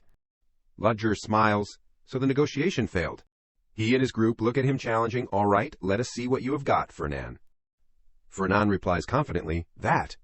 It will have to be next time." Ledger frowns slightly hearing this. At this moment, his group realizes there is a magic formation under their feet. A large pit suddenly appears. The earth in the pit flies up. The group panics and shouts, "It is a trap, everyone run quickly." But it is too late. All of them are crushed by the falling earth and stones. He turns around and pats Luina's shoulder. "All right, let us go." Even she did not expect Fernand to come up with this move. Luina laments, "Really, if you had a trump card, then why did not you use it from the beginning?" He replies, "I am tired, and that trick won't hold them for long." After everyone is teleported to the designated location, Grapp praises, "Everyone did well. Now I will announce the rankings. First place, Luina Berchef and Fernand Pelleberg. Second place, Ledger Schwaben and Alan Donnertz." Fernand says quietly to her, "It seems we really got first place," Luina replies. "Although both of us are good, but we never defeated Elan, to be honest. I did not think we would actually get first place." He smiles and asks back, but top one is still top one. Defeating him is not that important, right? She takes a breath and admits, "Of course, it is the first time I have gotten first place. I am shivering with excitement," Fernand happily thinks. The plan is successful. He announces, "The test is over. We will return to the academy immediately, so do not wander around." Luina asks him, "Do you know the new student named Ain't Armian?" Fernand replies, honestly, "Yeah, who does not know Armian?" She says, "Actually, I met him the night before." He is startled and asks, "You met Ain't Armian?" Luina recalls, "Yeah, while practicing at night. The situation at that time was quite interesting. Quite similar to when you secretly watched me dance with my sword." This news is like a thunderbolt to Fernand's ears. Seeing him suddenly cover his face, she asks with concern, "Fernand?" Fernand holds his head and thinks, this is prophecy. In it, he suddenly sees the characters appearing again. Another part is revealed. A few lines of words and images appear clearly. Ain't Armian reaches out his hand. Luina, from the Berchef family, please become my knight. But Luina does not take that hand. Fernand is shocked. What is going on? A brutal demon like the end of the world is aiming for Ain't Armian, but is punching the back of a brave knight. To avoid him, he doubts. The story has changed. Ain't asks in surprise, "Senior, what are you doing?" She replies slowly, "Ain't Armian, you once asked me to become your knight, right? I refused at that time. But I have changed my mind. Now I know who you are. What are you fighting for? This is my destiny. A knight is both the sword that cuts down the enemy of their master and the shield that protects them." Andromelius. And then a blue halo shines around her. He is confused. What is this? It is changing again. The scene in Fernand's head at this moment, Luina's whole body is covered in bandages. He sits by the bed, holding her hand tightly, saying, "Thank goodness, I am so glad. You are in the hospital. Please listen to me, and do not misunderstand." Ain't's eyes burn when looking at Luina. He suppresses his tears and asks, "The kiss that destroyed you in the Birchev family was Pelleberg, right? Those filthy rich." Fernand secretly curses. Filthy rich, how dare he say that to a senior? The brat. He bursts up full of anger. Someone shouts, "Fernand." He looks at them confused. She leans closer, concerned, and asks, "Are you okay? You suddenly fainted. Are you not feeling well?" Fernand replies to brush it off, "No, I am fine. Feeling scared inside, I really fainted." Rosalia advises, "Fernand, maybe you should stop by the infirmary." Grab guesses. It is probably too much because he is not used to using his strength. He already knows in his heart, so Ain't Armian starts to see me as an enemy from then on. Fernand remembers his tearful and resentful face and the sentence, "Pelleberg, those capitalists." He angrily curses. That is enough with the infatuation. Feeling anger filling his heart. Fernand is again filled with questions. But why am I suddenly seeing more prophecies? And it is related to Luina. Could it be something that is about to happen? If so, then that thing. Andromalius, one of the 72 demons, is really about to descend to Earth. And also, in the near future. Outside, Hyde has driven the car and is waiting. Seeing him, he praises. "Young master is so good, I heard you got first place." Fernand gets into the car and complains. "I use too much energy. I am so tired," he replies. "Just sleep. I will wake you up when we get to Rabbitous Hall." The carriage slowly rolls forward. Inside the car, he reflects, Andromalius, the 72nd demon with black hair and eyes. Taking the form of a man with a snake wrapped around his right hand, no matter how many books you search, there is only that much information. And the war with demons was 1,000 years ago, so it is natural that there is no information. Now, in this era, the threat of demons is considered a fantasy. 1,000 years ago, the demons were wiped out by the first emperor and have never appeared again. And even if there is no information, Ain't will take care of everything, so it is not a big problem. However, the problem is that Luina will be seriously injured in the battle with Andromalius. Fernand wonders, can I tell her? No, would she believe me if I told her? He remembers I tried to hint at it before. When leaving the infirmary, she followed behind concerned and asked, "Fernand, are you really okay?" Fernand turns around and says, "I told you I am. More importantly, Luina." "Do you believe in demons?" Luina laughs and replies, "Why are you suddenly talking about demons?" He angrily repeats, "Just answer yes or no." She honestly replies, "Of course I do. The empire was built on defeating the demons." Fernand proposes a hypothesis, so if I said that demons still exist, what would you say? Luina is stunned and hesitates, asking, "Fernand, did you hit your head on something during the practice?" He turns away, dejectedly. "Forget it. I will just be seen as a crazy person." Fernand suddenly has an idea. If I can find traces of demons, I can convince her. That is right. Exactly 1 month from now, in the sparring match of the Year 1 night class, Ain't Armian will defeat Varen Kalbender, the second-ranked student. After that, no one in the academy can compete with Ain't anymore. The winner receives so much, while the loser Kalbender loses even more. Fame, honor, and also the backer, that is Ludger. As a result, Kalbender was possessed by a demon, losing everything. Varen's fury is directed at Ain't Armian, starting to sow seeds, slipping into the cracks of that resentment. The demon has settled in his heart. This is the first time a demon has appeared in an indirect way. If I use that situation to convince others, it will be easier. And when there is clear evidence, my plan will have a foundation. The problem is, I do not know when and where he will be possessed by a demon. He is a little angry. Why can't I see this part? Will I see it when the time comes? Or do I have to fulfill some condition? Ain't reads the articles written about the practice and exclaims, "No wonder it is Pelleberg." And Berchef is still Berchef, even though she has lost her prestige. Gardner comments, "It is all thanks to Berchef. That flashy Pelleberg is useless. Do you seem to like Berchef? It is hating Pelleberg. Don't compare the two families. The only knight who can stand on the same line as me and the late emperor is Berchef." He tells him, "But nowadays people value Pelleberg more than Berchef. Times have changed, old man." Gardner angrily shouts, "That is why I said it is all messed up. If it were not for the war funding 1,000 years ago, I would not want to have anything to do with those upstarts." He suddenly changes his expression and reminds, right, Ain't? Ask that kid for some money. Your equipment is all worn out." Ain't is doubtful but still agrees. "Yes, why suddenly?" Gardner says the question in his head.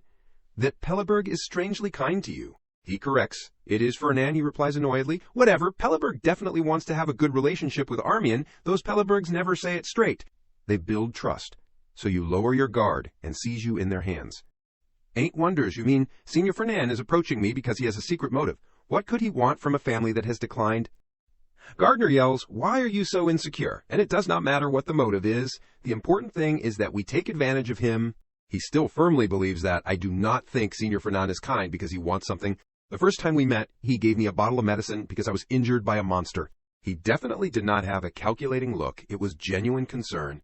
Begging for money is humiliating. Trust is not something that can be bought with money. He can't listen anymore and roars, that kid."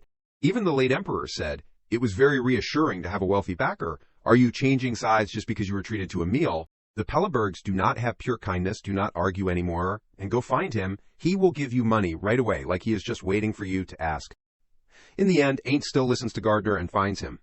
But the manager refuses. He asks embarrassedly, "Can't I meet him?" Hyde explains, "Young Master Fernand is managing the family's merchant association while going to school. He is very busy, so it is difficult to make time without an appointment." He is embarrassed, but still tries to say, "Sorry, if that is the case, can you tell him that it is not a customer, but Ain't Armian has come to see him?" He quickly replies, "I did say that the Armian young master has arrived, but the young master said he was busy and wanted you to come back." Ain't scratches his head embarrassedly. "Is that so? I understand." Then he leaves while muttering, "What do you mean, give money like they are just waiting to be asked? He is busy, and I came to bother him. I should throw him back into the dungeon." He is surprised, strange. There is no way Pelleberg would react like this. He stands by the floor-to-ceiling window, watching Ain't leave, thinking, "That is really unexpected. I thought I had not baited him enough. He contacted me first." Hyde enters the room to report, "As you instructed, I sent Ain't Armian back." Fernand praises, "Very good." He wonders, "You have been keeping an eye on Ain't Armian lately. Why did you send him back? You even went to his class to watch." He explains, "He came too early, so I found it strange." How many people have come to Pelleberg for the same reason? Ain't is probably the same, but that is even stranger. Ain't is not the type of person to easily seek help. "I sent him back because I felt like he was not completely willing to come here. It is not too late to help, when I am sure he trusts me." Hyde asks further, "Just because he is a descendant of the former royal family, you have to be so careful?" Fernand takes a sip of tea and replies, "Ain't has many outstanding qualities. His talent is very useful when you consider him an ally." He pours more tea and asks, "But won't sending him back like today make you lose him forever?" He replies calmly, "Of course I will open another door for him. Go to the warehouse at the main house and get me some spiritual pills." Hyde is surprised. The spiritual pills at the Duke's warehouse are ridiculously expensive. If we give him those things, but they do not have an effect, the loss will be great. Fernand looks at the teacup thoughtfully. "Then we have to find something more expensive to give. With money, anything is possible. What can't be bought with money can be bought with a lot of money." In Ain't's room, Gardner asks urgently, "You just met Pelleberg's manager. What, did he apologize for refusing to let you in? An apology letter? For Pelleberg, he still has a conscience. He reads the letter and replies, 'He just gave me a box and this message and left.'" He leans closer. Let us see how he apologizes. Ain't reads it out loud for Gardner to hear. "This senior made this spiritual pill for you. Just accept it, Senior Fernand. That is it." He hears this and flies up angrily saying, "This brat, one sentence senior, two sentences senior. Is she trying to show that senior is above royalty?" He opens the box and looks at the gift, a spiritual pill. Then his eyes widen, realizing this is. Seeing his reaction, Gardner flies over and asks, What is it?" "The heart of the holy bird." The holy bird is a sacred bird of light. This spiritual pill is perfect with Armian's light system, sword style. He is pleased that Kid Fernand is really a nouveau riche. See, you do not get money, but you still get good stuff if you visit. Ain't is very moved. "Senior Fernand, I can't believe you value a worthless person like me so much. I will work hard to repay your expectations." A few days later, he is sitting reading the newspaper when he sees Hyde come back and asks, "What is the result?" He briefly reports, "Mr. Ain't Armian has defeated Varen Kalbender." Kalbender's swordsmanship is a little better, but Armian's aura is overwhelming. Fernand replies indifferently, "Is that so?" Then he reflects, the prophecy said he won by a hair. Ain't probably drank the spiritual pill. Hyde asks, "Could it be because of the spiritual pill you gave?" He happily hums and replies, "The effect probably contributed." He is surprised. Even without the spiritual pill, Armian would still win. Fernand nods. No one can say for sure. He happily thinks, just as the prophecy said, Ain't defeated Varen. And Varen will soon be possessed by a demon. This is the perfect opportunity to find evidence that demons exist. Fernand orders Hyde keep an eye on Varen for now. He asks again, Varen Kalbender, he needs to know exactly when and how he meets a demon. The way the demon seduces him, Fernand confirms, right? The places he goes, The people he contacts and the things he says, Hyde wonders, Kalbunder, not Armian, how can a demon that disappeared 1,000 years ago return to this world? He replies coldly, I need to know everything. Viren Kalbunder changed his sword in the city, then clutched his stomach and went to the bathroom. Viren Kalbunder is training at the training ground. Then he clutched his stomach and ran to the bathroom for 2 weeks since following Viren. The scary thing is that nothing happened. Fernand thinks, that is not right. Something big must happen. Why does he go to the bathroom so much? He flips through his report with his head full of question marks. Fernand doubts, is Hyde being lazy? Or is the part where Viren is possessed by a demon wrong? The most important thing in the prophecy is about demons. If this part is wrong, then I will have to consider the reliability of the prophecy. Images suddenly appear in his head. After being defeated by Ain't, Viren gritted his teeth in disappointment. And when he met Ain't again in the midterm exam, Viren rushed at Ain't. The winner has been decided. Again facing the person he had won against once, Ain't is not careless. There is someone named Gardner Alphenparson, the greatest teacher, by his side, so he can't be careless. Ain't left Viren defeated, without knowing. Demonic energy is gradually leaking out of his body and his mind, starting to devour him. Fernand wakes up, startled. He is confused. It is already morning. I must have overslept. Fernand's head hurts. He rests his hand on his forehead, thinking, I am even seeing prophecies in my sleep. But I have found the exact time after Viren is possessed. It is after he is defeated by Ain't in the midterm exam. The day of the Year 1 Night Department's practical exam is. Isn't it today? Fernand tries to recall the facts he has prophesied. Hyde enters the room and asks, Young Master woke up so early, please come out and have breakfast. Before his eyes, Fernand is using his scepter to create a formation. Hyde calls, Young Master, what are you doing again? He notices him at this moment. Ah, Hyde, that is perfect. I am going to watch the Year 1 Night's midterm exam. I need an escort, so go with me, he replies. The Duke just called me back to the main house, so I will have to come later. He secretly curses, why does it have to be today? Then turns to say to Hyde, I see. Then I will ask someone else. He is curious, someone else.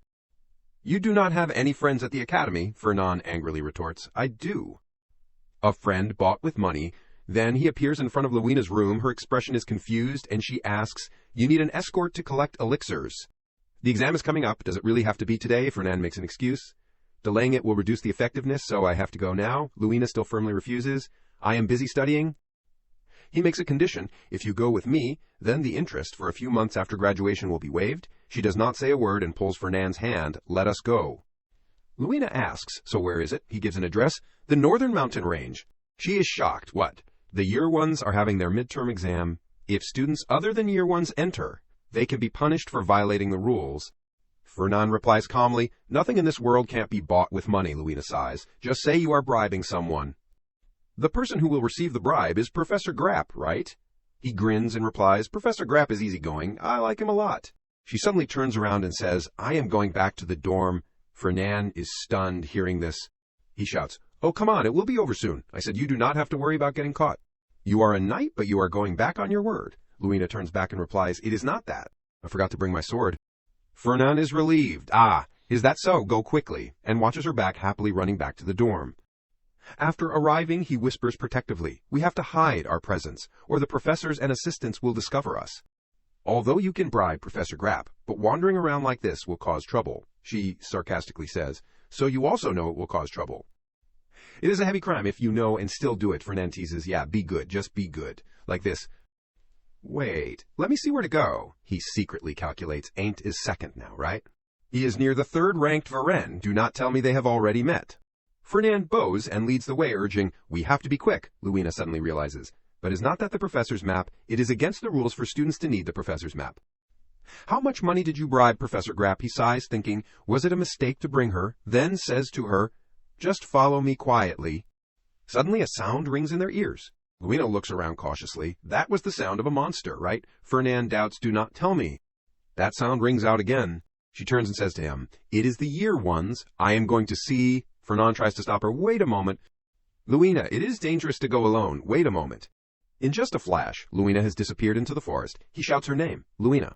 He finally catches up and sees Luina is sitting and examining a student. He is unconscious. It seems he was attacked by a monster. Thanks to the defense magic on the map, he was not seriously injured. But something is strange. The monsters here are usually not this brutal. Fernand bites his teeth and thinks, Damn it, it is earlier than I thought. I have not even checked on Viren yet. That roar rings out again. She asks in fear, Fernan, what the hell is going on? What is going on? Luina is worried, Fernan. What the hell is this? She suddenly turns around. There is a sound of footsteps. A monster runs over. Luina quickly passes by and eliminates it. The monster clenches its hand. It turns around, surprising Luina. She is scared. Why does not it stop? I chopped off its hand. Suddenly the monster is blown away by earth and stones. The earth and stones in the hollow fly up with a red color. Fernan casts a move. The pieces of earth and stones fly towards the monster. Monster painfully dodges. Luina jumps on a tree, avoiding the earth and stones. She jumps to the other side. Fernan lands in front of Luina. She shouts, "What the hell is that?" He says seriously. "It is berserk. That thing can't feel pain. A berserk monster is on a completely different level than a normal monster.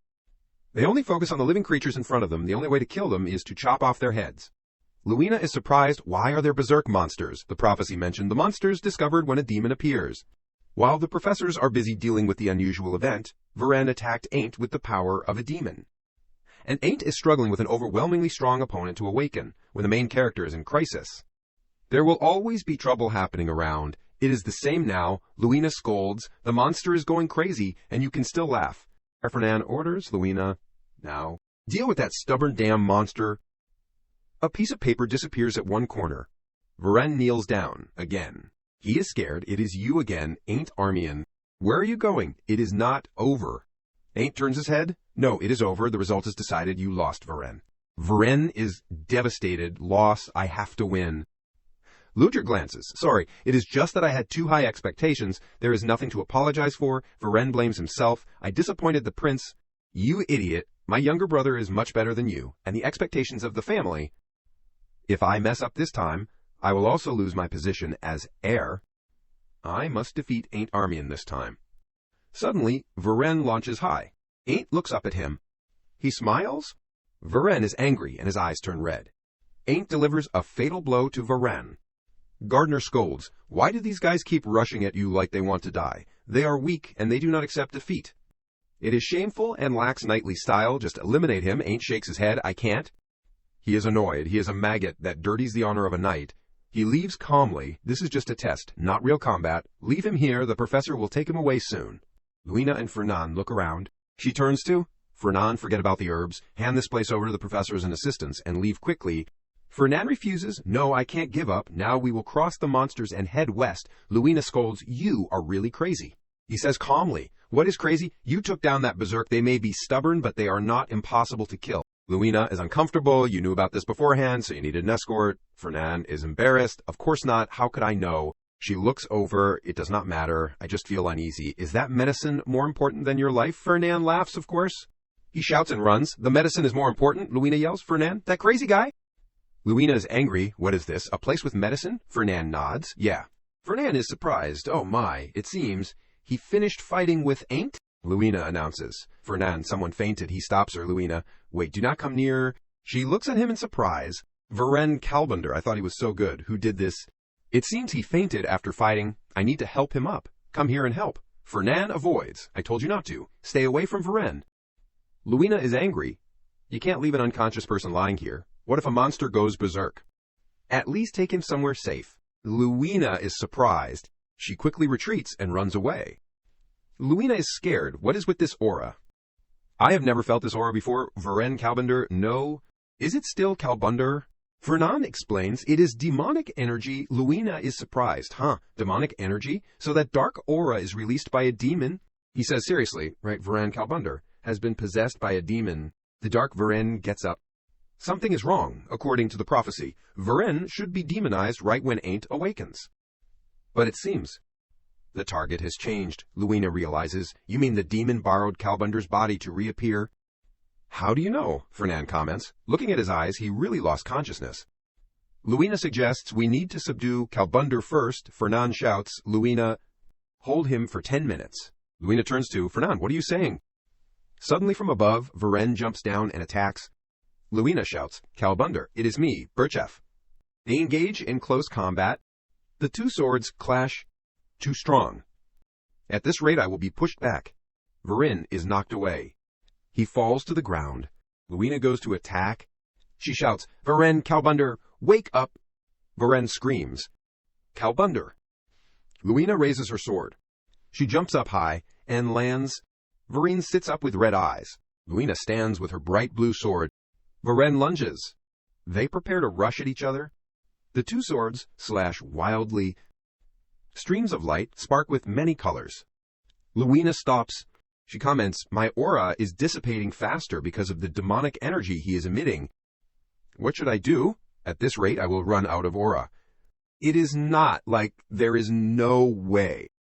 Luina shouts, "Fernan, you?" Fernan signals, "Luina, come here." Varen, with red eyes, turns his head. He is jumped on the head by Luina. Fernan says calmly, "Hurry up." Luina is angry. "Why are you only showing your face now?"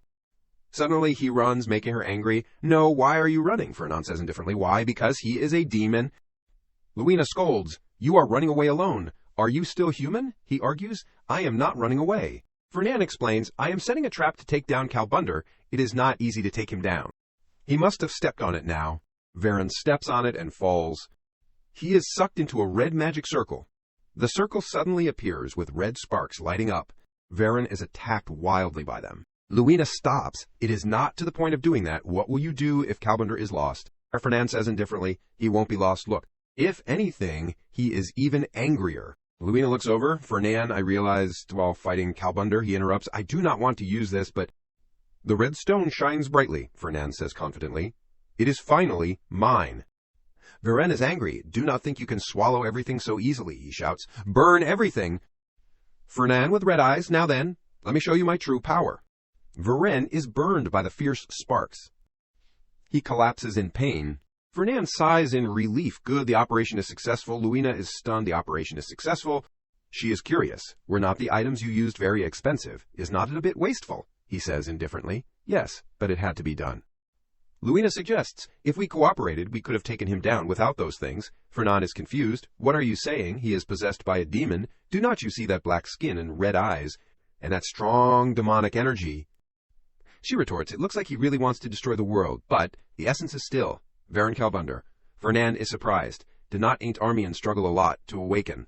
Suddenly he thinks wearily, "Now that I think about it, although Ain't Armian is indeed a world-saving hero, but now he is just a Year 1 student who has not awakened his ability. Considering the current time, Luina, a Year 2 student, is stronger than Ain't." Luina scolds, "You did not even listen when I said I did not need it. I focused on the word demon too much and forgot what was really important. How much money did I spend on the trap?" Luina is worried. "Can you still see?" Fernan, "Are you okay?" Varen stands up staggering while Fernan sighs. "How much money did I spend? How much?" Suddenly he jumps from behind. Fernan shouts and throws a punch. "Do you know how expensive it is?" Varen falls to the ground. Fernan angrily looks at him, being painfully beaten. Varen looks at the orb, confused. "That is, me." He stutters. "Impossible," Fernan says calmly. "The recording orb can't be edited." He explains, "There is no way to fake it," Varen regrets, "but I do not remember anything after fighting Ain't Armian." Fernan interrupts, "That is why your senior is kind enough to explain it to you." "After losing to Ain't, you were possessed by a demon and attacked us," Varen shouts. "You have not even met a demon. How can you be so sure?" Fernan says coldly, "Varen, you have seen it, so you should know. You were hit by a whole bomb to the head, pierced by a dozen magic arrows, then swallowed by a hellfire pillar. The fact that you are still alive is proof that your body is protected by demonic energy." Varen is speechless. Fernan sighs. "Besides, we used too many things to stop you when you were demonized." He is confused. "You mean the artifacts used to eliminate? Stop me. I will pay for it." He pretends, and also serious psychological trauma. "Having to face someone like you makes me think, oh, is this the memory replaying in the last minute of my life? Then, etc. and so on." Varen nods. "I understand. What should I do for you?" Fernan gives him a paper. It is simple. "Sign here, then everything will be forgiven." Varen looks. "Is not this a slave contract? No matter how you look at it, these terms are a bit..." Fernan interrupts. "I do not know how to appreciate the kindness of my senior, who wants to resolve everything quietly. If that is the case, then I have to handle it according to the law. I will submit this orb to the investigator." Varen is surprised.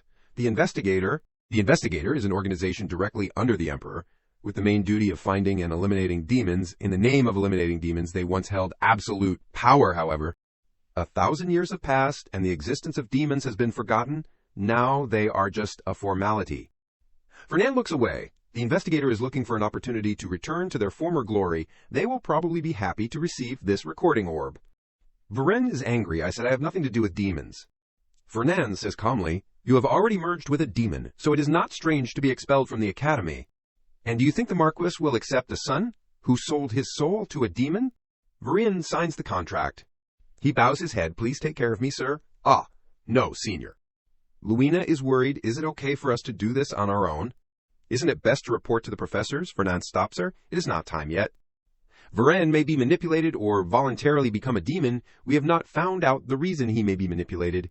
Fernand says seriously, if Varen is being controlled by someone, then it means there is someone in the academy colluding with demons. If this matter becomes public, they will hide themselves. That would make it difficult to track them down. Luina's worried, so you plan to investigate this matter further, but why are they targeting students? Fernand shrugs, I am just guessing. The academy is where the most promising talents of the Empire gather, so if they attack the students... Luina shouts, interrupting, it also means destroying the future of the Empire. Call me anytime you need someone to eliminate demons. Fernand smiles, good. From now on I do not have to use interest to lure you. Luina will probably realize this later.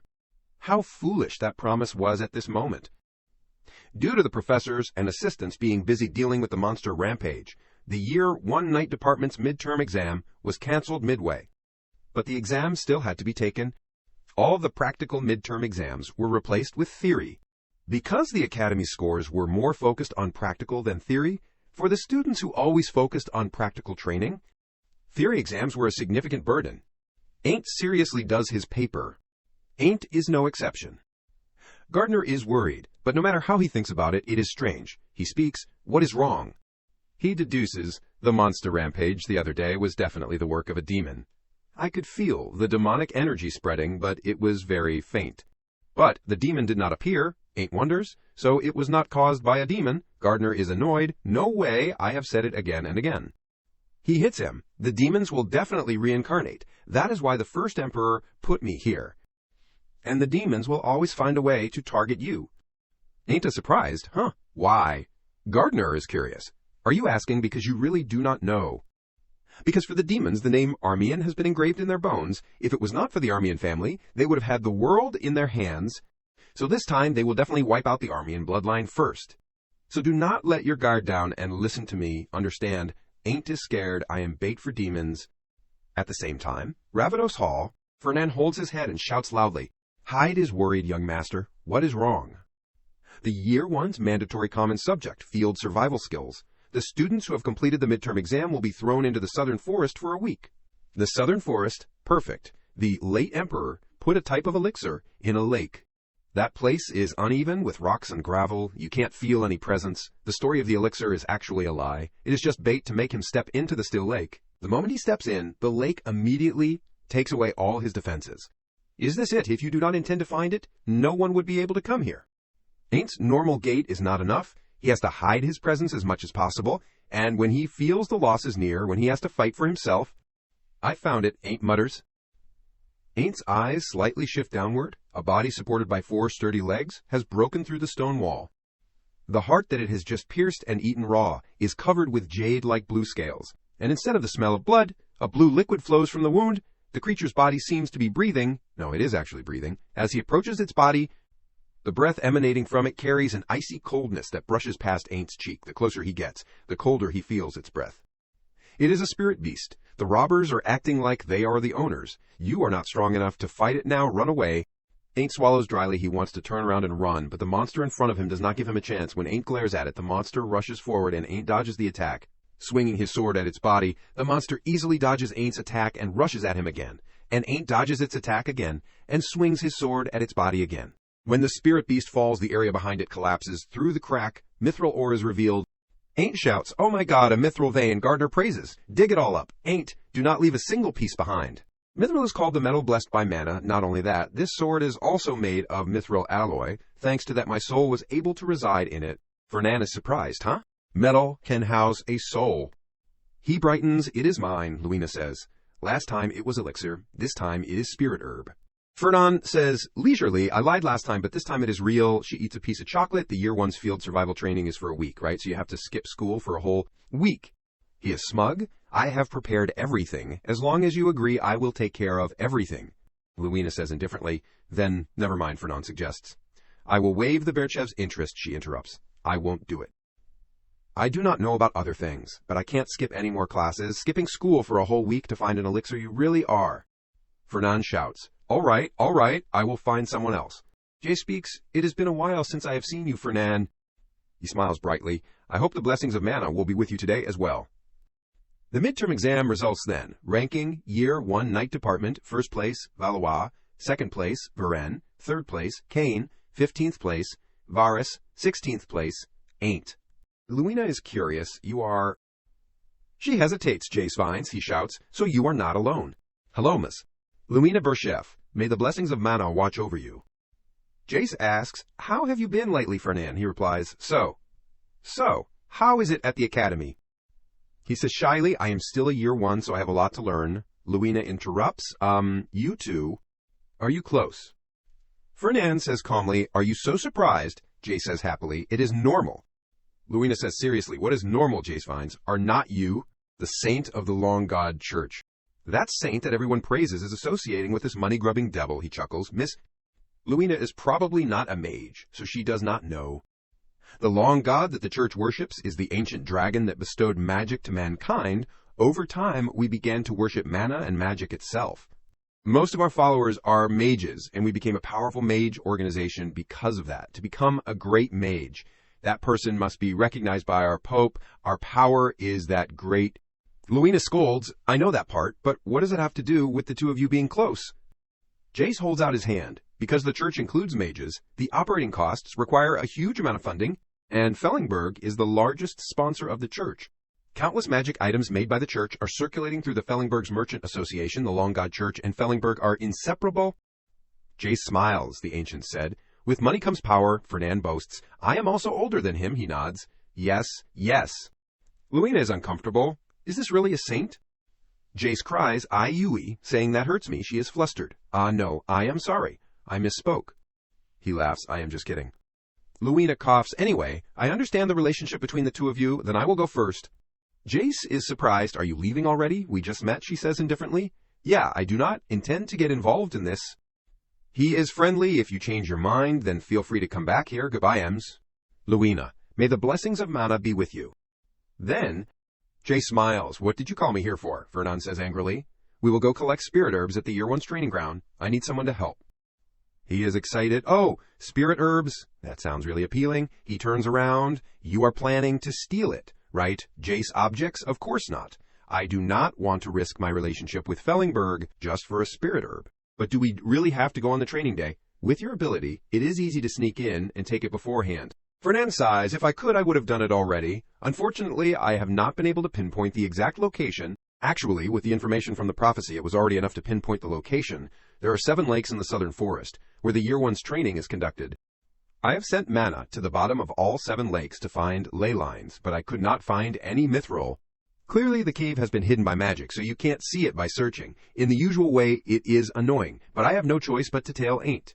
Jace is curious, but students who are not related to the training are not allowed to participate, right? There will be many people, so it is difficult to sneak in. Fernand says smugly, that is why I registered as an assistant for Year 1.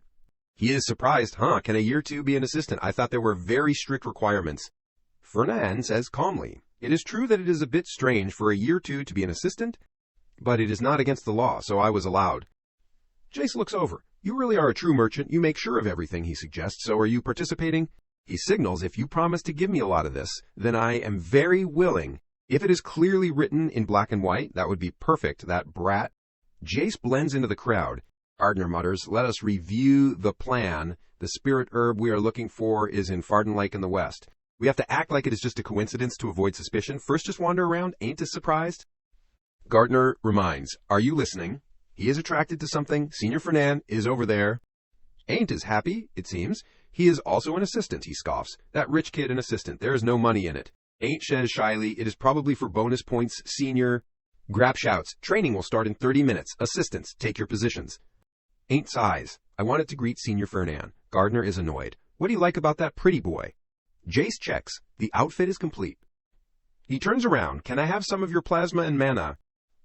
Suddenly a figure is transformed into Fernand immediately. Jace boasts, how is it looks real, right? He comments, not bad, are you sure you can fool them? He says confidently, hee, I am top of the class. I use this spell to sneak out from the Pope all the time. Fernand is surprised. You can even fool the Pope. Jay says coldly, of course not. The Pope is a legendary mage. How can you fool him? But I can still get away for a few hours. Before that, he is not very sure. Fernand stands up. Then that is good enough, he thinks. The best mage in the world feels confused. He really is called a genius. He will definitely be a great help in the future. But strangely, Jace is not mentioned in the prophecy. Why? He is talented, and he is also a member of the Long God Church. It is natural for humans to hate demons. The Long God Church especially despises them. Magic comes from dragons. How ridiculous. Magic is power born from demons. Since then, anything related to demons will drive the church crazy, and they became a religion obsessed with expelling demons. Fernand looks. Will he become an ally of Ain't later? Jace smiles happily. Ah, you. Remember to come back in 5 hours. He leaves. I am counting on you. He nods. Take care. Fernand is on the tree observing Ain't. He is heading west. There is only one lake in the west, Fardin. Fernand orders, it is your turn. Do exactly what I tell you. Understood. Varen faces Ain't. He is surprised. Varen Kalbunder.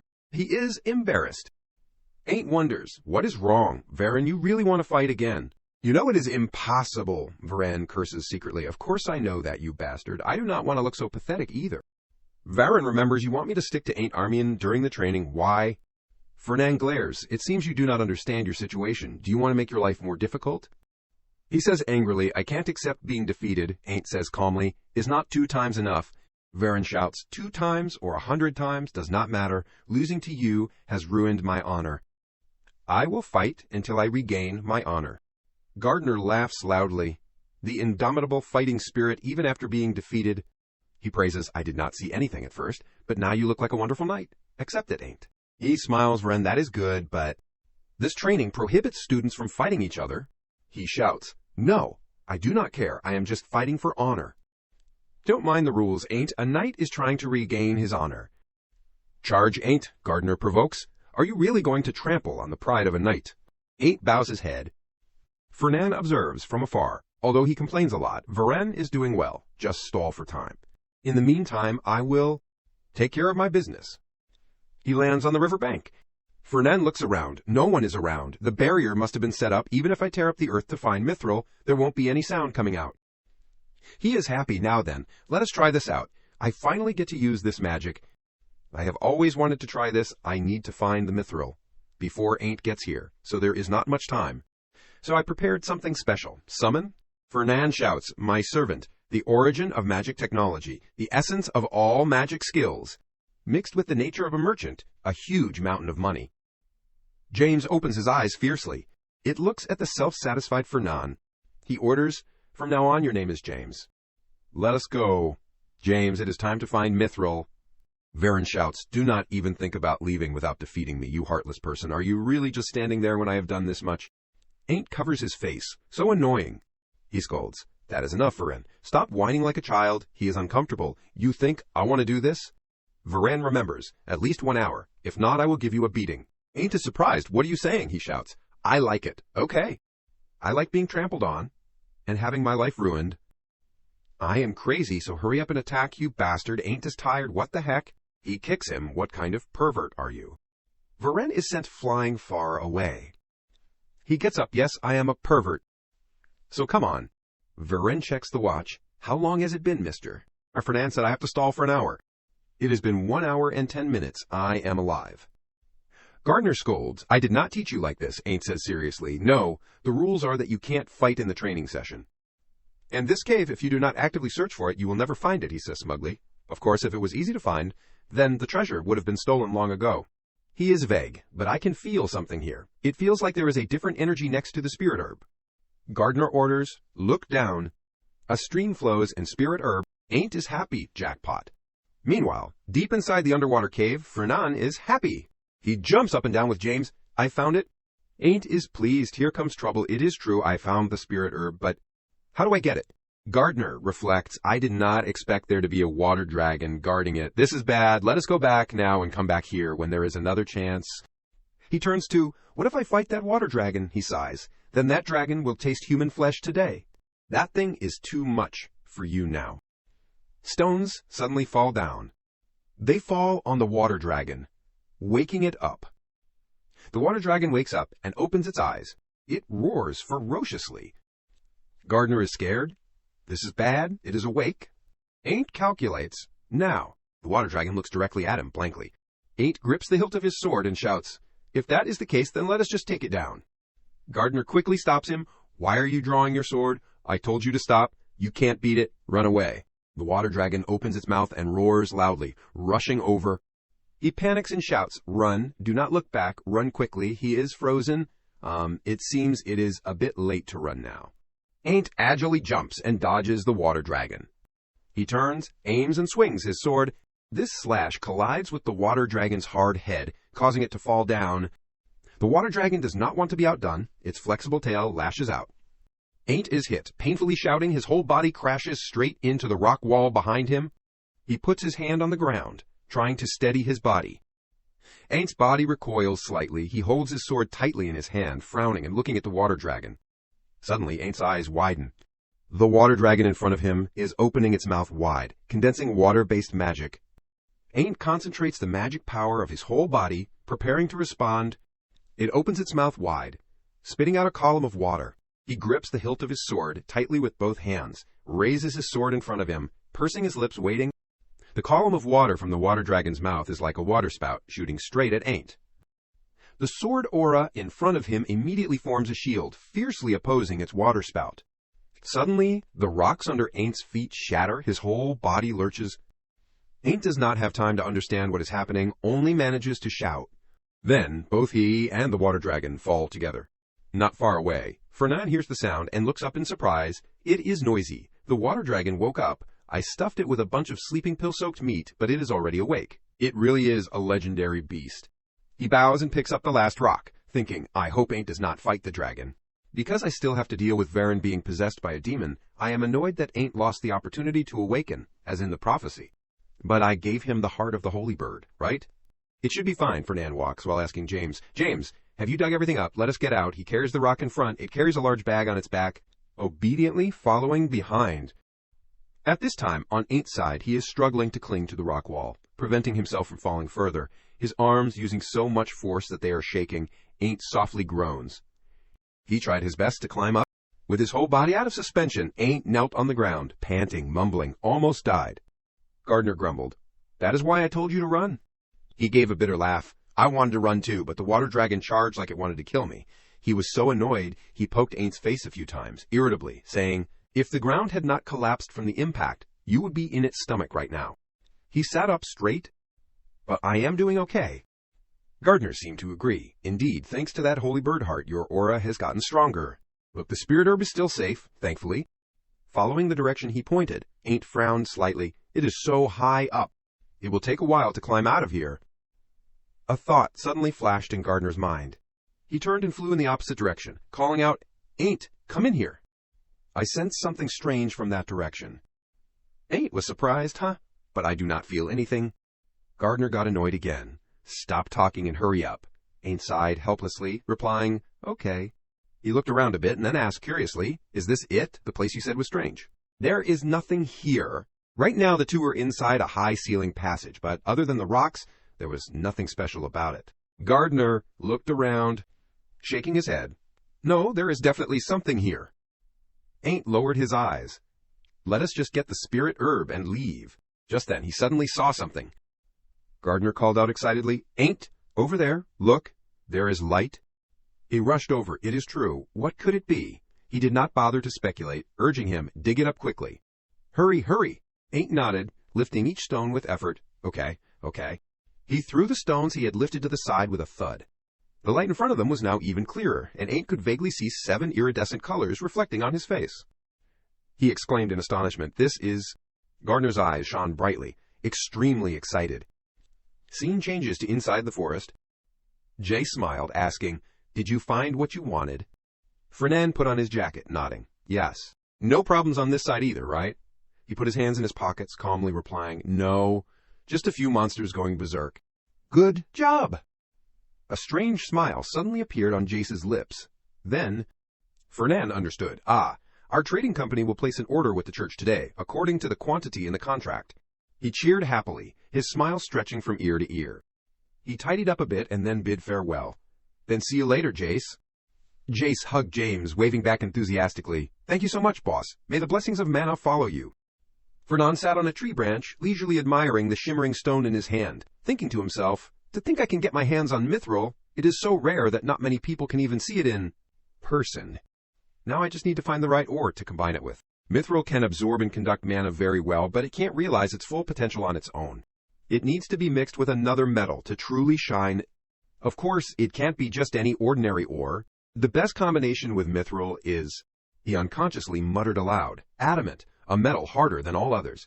But adamant is as rare as mithril. Even if you have the money, you can't necessarily buy it. So where am I going to find it? I wonder if the prophecy can tell me. Suddenly, a mournful cry rang out below. Fernand, help me. But he was lost in his thoughts, paying no attention, still muttering incessantly, adamant, adamant, adamant. Arya ran frantically, crying, save me! Behind her was a pack of dogs. Arya kept running around the base of the tree where Fernand was sitting, anxiously calling, Professor, save me, save me. Professor, are you really ignoring me? I said save me. He absent-mindedly tossed the mithril stone up and caught it, replying, okay, gotta save people in danger. But an elf is really in danger from being chased by dogs? The smile on Arya's face twisted. She flexed her legs, jumping up. With a light movement, Arya jumped in front of Fernand. The dogs suddenly lost their target, stopping in unison. Then they all looked up at the tree branch, barking wildly. He glared at Arya. Deal with them, it is too noisy. She gave Fernand a dissatisfied glance. But then Arya waved her hand towards the pack of dogs, and a gust of wind flew out. The small tornado rushed straight towards the dogs, cutting into their flesh, instantly annihilating the entire pack. She leisurely sat down on the tree branch, asking, Is that okay? He did not answer, but asked in return, What business do you have with me? Arya smiled brightly. Nothing, it is just a coincidence, Fernand coldly said. Then leave. She immediately frowned. It is not a coincidence. I have a reason. So curt, huh? He did not even glance at Arya. What? You want to build a relationship with someone from the Duke Selection family? Arya Fridian. She smiled when she heard that. Arya exclaimed. You gave it away. Is it that obvious? Fernand coldly replied. I heard rumors that you often hit on the Selection Duke's family. She said flippantly, now that I have been discovered, let us be friends. But in return, she received his blunt refusal. Number. Arya was a little stunned. Why? Fernand said matter-of-factly, because I am older. She was taken aback. Shouldn't Selection families be close to each other? He shook his head. Just because we are both Selections does not mean we have to be close. Arya laughed. The Fridian only became a Selection family when they replaced Bershaf. So we want to be close to other Selections, so please, she dragged out her words. Fernand raised an eyebrow. Aren't there other Selections in the same year? Ain't Armian, for example? Arya tilted her head, her light green eyes showing a sly look. How can elves only eat meat? They have to eat fruits and vegetables sometimes. He smiled, secretly commenting, she does not even bother to think. Arya Fridian, unbelievably thick-skinned, she exclaimed innocently, I want to be friends with all 6 Selection Dukes. Suddenly, a roar echoed from one direction, startling them both. At this time, a female teaching assistant ran past them, snapping, What are you babbling about? Call the professor quickly. A water dragon appeared at Lake Pardon. Fernand was secretly shocked. Water dragon. Arya looked puzzled. Water dragon. That is weird. Why did it suddenly appear? Right, you? Before she could finish, he quickly dashed away. Arya exclaimed in surprise. Hey, don't tell me you are running away. Fernand was in no mood to tell her anything. He gritted his teeth, rushing towards Lake Pardon, anxiously thinking, what went wrong? The prophecy did not mention anything about a water dragon going crazy. In the Lake Pardon area at this time, the students were quickly running away. A teaching assistant shouted, This way, clear the path. Amidst the dragon's roar, the teaching assistant raised his voice. First years, gather. Teaching assistants protect the first years from the front. Behind him was Ain't. He recalled the situation underground not long ago. Gardner had instructed him, Ain't, that dragon is targeting you because you took the spirit herb. Hand it over to the professor and teaching assistants. Let us get out of here. Escaping from his memories, Ain't resolutely replied, Understood, then turned to the students and said, Be careful not to attract attention. Everyone around them was still scrambling to flee the area. Shouts and cries of run kept ringing out. The water dragon emerged from the lake, its cold eyes locked on his back. It roared with its mouth wide open. Ain't was startled, his eyebrows furrowed, a feeling of fear spreading throughout his body. A dark figure suddenly appeared, blocking Ain't's back. The staff in Fernand's hand released magical power, firing a beam of energy towards the water dragon. He stared at it, muttering incantations. The magic suddenly changed. Sharp pieces of rock continuously attacked the water dragon. It was caught off guard by the rain of stones, instantly getting injured and spitting out a mouthful of blood. The water dragon's cold blue eyes locked onto Fernand. He was startled, exclaiming inwardly, "Is it too much?" In the moment of danger, Grapp's voice suddenly rang out, "Good endurance, Fernand. Leave the rest to the professors." The water dragon spat out a huge pillar of water, but he swung his sword, dashing in front of it. The teaching assistants below also continuously fired all kinds of magic, assisting Grapp. The water dragon was hit repeatedly, quickly thrashing its tail and diving into the water.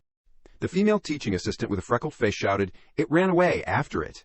Fernand wiped the sweat off his cheek, secretly feeling strange. That is weird. Did my intervention slightly alter the prophecy? But as long as the hero is safe, it is fine. My investment has not paid off yet. If he sacrifices himself, I am done for. Thinking so, he turned to look at Ain't with concern. "Ain't, are you okay?" What greeted Fernand was a look of worship. The boy covered his mouth with his hand, his eyes sparkling with tears. He was stunned, guessing inwardly, what is with this guy? What is with that look? Is he scared? Ain't still looked at Fernand intently, exclaiming emotionally, "Senior, you came to save me." He awkwardly replied, "Huh. Well, protecting the students is the job of a teaching assistant. But whatever, it is good that you are... Okay, go handle your own business." As Fernand turned to leave, Gardner suddenly reminded, Ain't, we still have business with him. Do not let him go." He hurriedly called after him, "Senior, I have something I want to say." "Can I have a few minutes?" Fernand looked back at him. "Speak. What is it?" Ain't scratched his cheek, hesitating. It is a little hard to talk here." The two went deeper into the forest. He stood facing him, asking, "Don't worry, no one can hear you. Just say what you need. What do you want?" Ain't smiled, opening his mouth. "I do not know." "Does your trading company deal in minerals?" Fernand nodded. "Of course we do. Why? You want to buy some?" Before he could answer, he denied it himself. "No, that is not it. What can you buy when you are so broke? It is more reasonable to sell something." Ain't helplessly mumbled, "Yeah, there is no denying that, but why does it feel so sad?" Fernand was startled, exclaiming inwardly, "Oops, I slipped up." He is too easy to get along with. I almost forgot this is the person who will cause me to get kicked out. He could imagine Ain't standing high above, looking down at him, frowning and exclaiming, "Broke? How insulting, Senior." That image made Fernand's spine tingle. "I am sorry if I hurt you." Ain't surprisedly let out a, "Huh." He waved his hand. "I did not mean it. Do not mind it." He hurriedly replied, "I was just kidding," but Fernand was still very serious. No, really." Gardner whispered in Ain's ear, "What is wrong with this young master? He is really apologizing." Fernand solemnly asked, "So what do you want to sell me?" He lowered his head and smiled happily. "Ah, yes." Here, Ain't took out a glittering, bright green stone from his pocket. He looked at it carefully, secretly shocked, adamant. "I was just racking my brains about where to find it, and now it just appears like this." "This luck? No, I do not have it yet." "Calm down." Fernand hurriedly raised his hand to cover his mouth, suppressing the smile that had already reached the corners of his lips. He coughed softly, adamant. "Are you really going to sell me this? This is not just any pebble. Where did you get it?" Ain't looked at Fernand's calm demeanor, secretly admiring. He is so calm when he sees adamant. It is great to be filthy rich. He gave an embarrassed smile, scratching his head. Replying, "I can't say, but I promise it is not from any shady source. Do not worry. I have so much that my subdimensional space is overflowing." He covered his mouth, inwardly shouting in shock, "Overflowing." No doubt he must have found it under that cave. I did not get the mithril, but I got the adamant. He is definitely the main character. Is this the luck of the main character in the rumors? But what kind of cave has both mithril and adamant? Under Fernand's scrutinizing gaze, Ain't still smiled brightly. "If you are interested, my terms are like this." Gardner suddenly babbled incessantly. "Ain't, be careful. The Pellebergs will steal your nose without you noticing. Do not accept anything if he tries to negotiate. Ain't, are you listening?" He ignored him, finalizing his terms and concluding, "The terms sound pretty good." He nodded. "Okay, I will buy them under these conditions." Gardner on the side was stunned. What? He just agreed like that? Fernand was a little curious. "You would get more money if you auctioned it. Why are you selling it to me?" Ain't calmly replied. "Well, I want to get rid of it quickly. It is so rare that if it gets out, I will be surrounded by enemies. Armian is not strong enough to protect me from that." He suddenly asked, "What about me?" He was startled. His bright eyes widened. letting out a, huh. Fernan made a cutting motion with his hand. If I kill you and steal all the adamant. Ain't laughed, pushing him. You gave me the holy bird heart, and you fought the water dragon to save me. You have done so much. Fernan still could not believe it, Ain't. Do you really trust me? He smiled brightly, looking at him with trust. Others might, but Senior definitely would not hurt me. He thought, looks like saving his life scored a lot of points. Is that it? Fernan clapped Ain't on the shoulder. That is right, Ain't. I care about you a lot. He smiled. I know. His voice suddenly lowered. And I am also the one who saved you from that water dragon, right? Ain't was a little dazed. Yes, you are. Fernan leaned close to him, his expression a bit scary. So, Ain't, if one day you feel like turning me into a beggar. Ain't did not understand, letting out a soft beggar. He put both hands on his shoulders, looking extremely serious. I want you to remember this day. Don't forget that I risked my life to save you, got it? Ain't was frightened by Fernan's appearance, quickly replying, Yes, I got it, Senior. Hearing this, he immediately broke into a hearty smile. I will prepare the contract and contact you. Finishing speaking, he turned to leave. He softly replied, Yes. Left alone with Gardner, Ain't wore a confused expression. What was that just now? Turning him into a beggar? Gardner hid in his pocket, exclaiming, He is crazy. He must be going insane because of the adamant. Scene shifts to the Pelleberg mansion. Hyde respectfully greeted Fernan. Young master, you are back. He pushed open the door and entered the study, sighing, then started to rant. I have to go to the Duke's mansion for a while. What happened while I was away? He cut Hyde off. Oh, Hyde, you are back. He widened his eyes, exclaiming incredulously, Good heavens. What is all this? In the study, Fernan was sitting on a pile of glittering mithril and adamant, looking smug. Hello, is this the first time you have seen mithril and adamant together? Hyde calmly asked. Wait, where did you get this rare ore? He smiled. Some of it was dug up, some of it was bought. It is nothing much.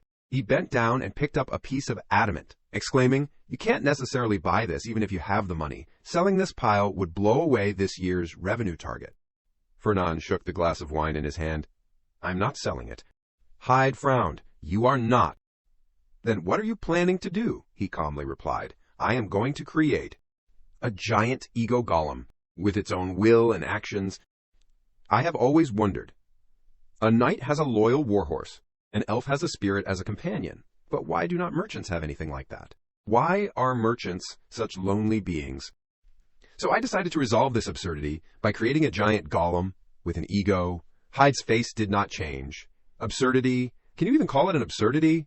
Fernan paid no attention to him, continuing to babble. A golem needs a massive amount of knowledge about advanced magical technology and an astronomical amount of funds, which means you can't even dream of achieving it unless you are filthy rich. Isn't that too perfect for a merchant? He glanced around, a cold calculation flashing in his eyes, secretly adding, especially when there is going to be a war with demons in the future. In the terrifying era, when demons run rampant, it will be a reliable bodyguard to protect me. So I have to make it as solid a support as possible. Hyde stood aside, helplessly watching his young master lost in thought, wondering, why does a merchant need a golem? But the young master seems happy these days, so I will keep quiet. He did not question the reason anymore, and just asked, But how big is giant? Fernan smiled. 10 meters. Hyde was surprised. 10 meters? Why so big? He glanced at him, the smile disappearing from his face. So what? Because it is cool. A strange light suddenly flashed in Fernan's red pupils, a jolt of pain like electricity running through his head. Fernan panicked, thinking, This headache. Isn't it another annoying prophecy? Then he screamed madly in pain, finally completely losing consciousness. Hyde cried out in fear, Young master. A moment later, Hyde offered a thermometer. Please hold this in your mouth. Fernan shook his hand away, trembling. I am fine. I told you I am okay. Hyde firmly pressed him down. Okay. You just fainted. Do you know how many times you screamed in pain? I am checking your temperature, so please hold this in your mouth for me. Finishing his words, he bluntly shoved the thermometer into Fernan's mouth. Hyde muttered while timing with the clock. It must be from the lightning strike. He sat obediently, holding the thermometer in his mouth, pondering. I can't rest at all. Another prophecy. This time it is at sea. The image is on the deck of a ship. Someone standing in front of Ain't, coldly exclaiming, Go to hell, Armian. A demon-contracted assassin has sneaked onto the yacht gathering for a club and attacked Ain't. The yacht club is one of the Academy's social groups. Only students from noble families are allowed to participate. I also participate in the club and often attend parties to maintain relationships. Not only that, I was the one who suggested turning the simple tea party into a luxurious yacht trip at sea. But this time, a monster appeared. The students panicked, crying out, "Monster! Why is there a monster here? Get back to the ship now!" And the demon-possessed person sneaked onto the ship. "It is another employee from my company. Everyone is talking about it," Ain't confirmed the face of that demon-possessed person. If he remembers correctly, he is one of the crew members. Could the Pellenbergs be involved? If so, they would be traitors to humanity. If not, then they are even more incompetent than I thought. Recalling the entire prophecy made Fernand seethe with anger. He cursed under his breath. There are people who just know how to sit back and wait for the rewards. But me, goddammit, he is now the villain receiving the full combo villain buff. Fernand continued to mutter in his head. No wonder Ain't thinks I am plotting against him. Everyone would think I am colluding with the demons in that situation. Hyde on the side reached out to check the thermometer, thinking, it seems to be ready. Let us see. The young master's aura. His eyes suddenly changed, a look of surprise evident. So, while he was telling himself that he was doomed if he screwed up this time, a bag of ice-wrapped towels was placed on his head with a thud. Hyde stood there seriously. Young master, you have a high fever. We need to call the doctor right away. Fernand glared at him, his face flushed red. I told you I am fine. Hyde continued. I heard there is a guest coming to the company today. Maybe it is best to refuse him. He was a little surprised guest. I do not have any schedule today. A look of greed suddenly appeared in Fernand's eyes. He secretly felt excited. An uninvited guest? I smell money. He asked, who is it? Not long after, Fernand was facing Grapp's smiling, wrinkled face in the living room of his house. Professor Grapp, you want to sell the corpse of the water dragon? The one that appeared in the first year's practical exam? He smiled. Yes, I spent a lot of effort defeating it. People always say the Pellenbergs underestimate me, but I know you are not like that. He thought, good news is here.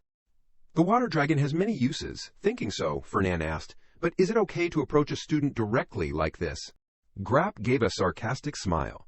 The one who always bribes teachers is asking that question. Why did you ask Professor Rosalia if there were any temporary teaching assistant positions available? She is very strict about following the rules. Just come to me next time, you know that. As long as you bribe me, I am very easy to deal with. He reluctantly said to himself, you can always ask to be a teaching assistant. Why do you need to bribe? He grinned again. Besides, this is an official proposal from the school to your family. I am just here as a representative. I contacted your family? They told me to contact you? Fernand understood. So that is it. There are indeed a few parts. One I'm interested in. Grapp crossed his arms, leaning back. I am not selling it by parts. If you want to buy it, you have to buy the whole thing. Fernand slowly lifted his teacup. Then that is different. He emphasized, it is a water dragon. Every part is valuable. Fernand secretly agreed. That is right. Its teeth and bones are extremely hard, very suitable for making weapons, and its blood and eyes are rich in mana, ideal materials for alchemy. But in business, a merchant's pride lies in maximizing profits. Seeing that he was not moved, Grapp turned to leave. If that is the case, then I will have to sell it to another family. Fernand. Fernand was still calm, I heard. That with creatures caught in the academy. The money from the sale will all go into the professor's research fund. Wouldn't your side also benefit if you sold it at a good price?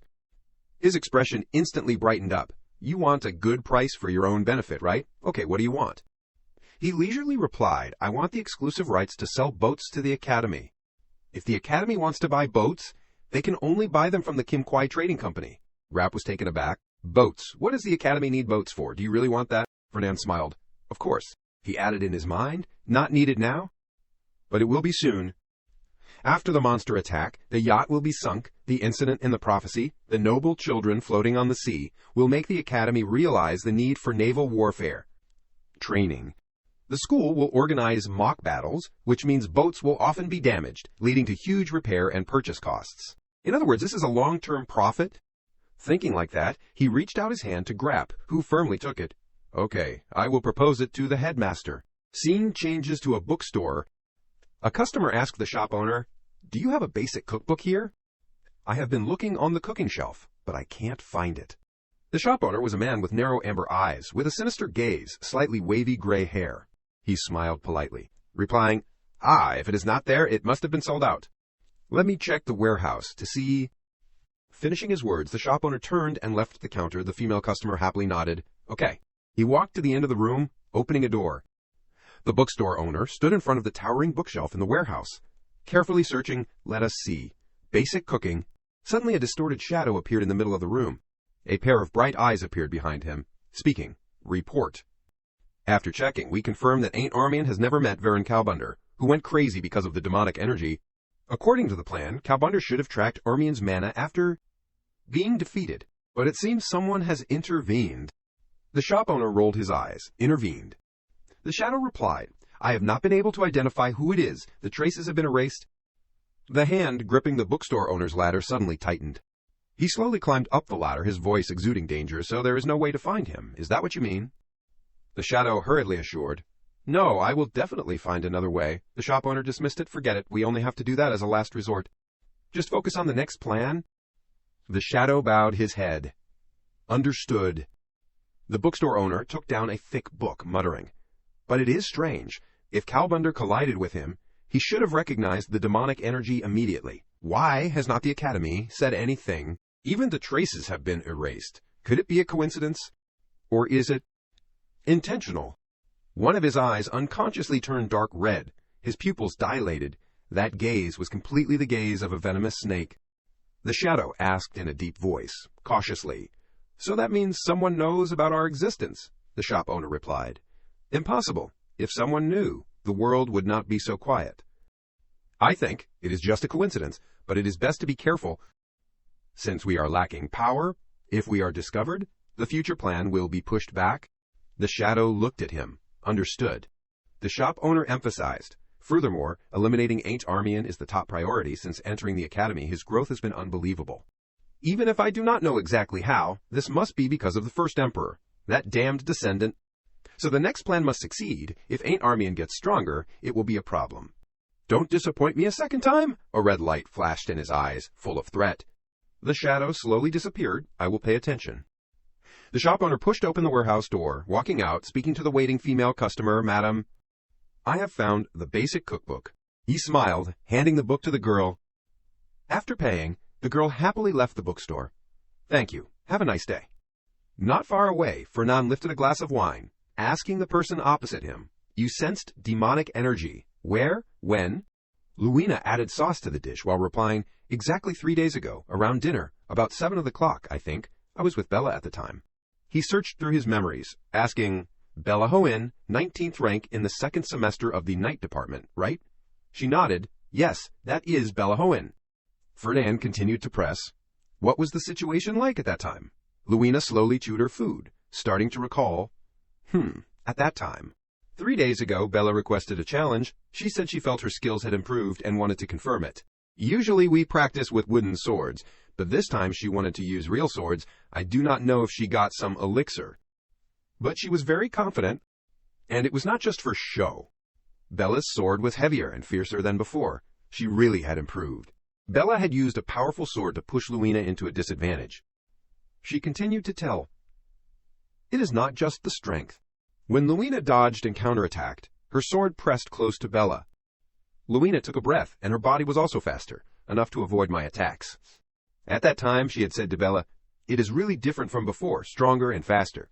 She laughed happily. Right. I have been feeling full of energy and have much better control over my body lately. Hearing you confirm it makes me feel much better. All right, I am coming. Finishing her words, powerful magic immediately surged, covering Bella's entire body. Fernand let out a mocking laugh. So you lost? Luina angrily exclaimed. No, I have not finished telling the story yet. She recalled the scene that day. Bella's swordsmanship used the weight and strength of the sword. Compared to other swordsmanship, its destructive power was very great. But due to the weight and size of the sword, when the opponent gets too close, the limits will be revealed. But at that moment, Luina stopped talking. At that moment, I saw a red light suddenly flash in Bella's eyes. Luina felt the demonic energy and an extremely oppressive sense of danger at that moment.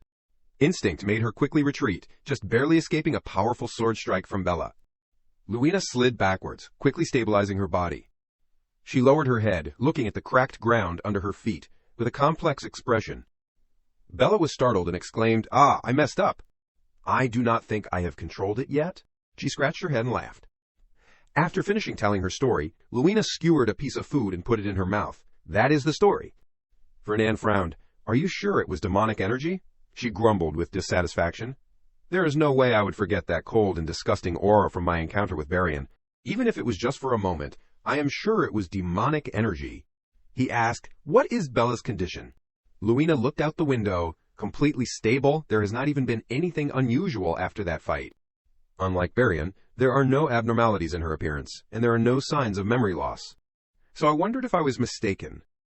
Fernan raised the glass of wine to his lips. So, did you check? She nodded. Yes, it was demonic energy, and Bella is my best friend. We have been playing together since we were kids. I can't just stand by and watch him turn into something evil. I thought you could help, so I came here to talk. He bowed his head. I do not have a perfect solution, but I will try to find a way. Luina looked at Fernan.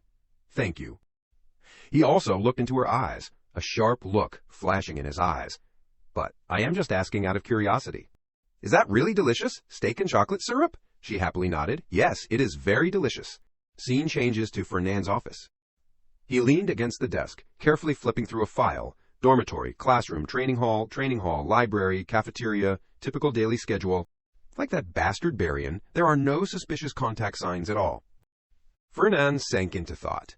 Moreover, unlike Barian, Bella did not experience any traumatic events. She is smiling and friendly with others. There is no way there could be a gap for demons to invade. But if what Luina said is true, Bella really did use demonic energy, then the only common point between her and Barian is that neither of them has ever met and made a contract with a demon. So the demonic energy seeped in without them realizing it. While there was no interaction with demons, is that possible? Maybe Luina was wrong. It was not demonic energy.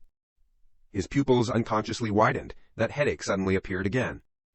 Fernand clutched his head in pain, cursing inwardly. Damn it, not again. This time, the images in his head became much clearer, Fernand thought. The sky is blood red, the stench and demonic energy, monsters everywhere.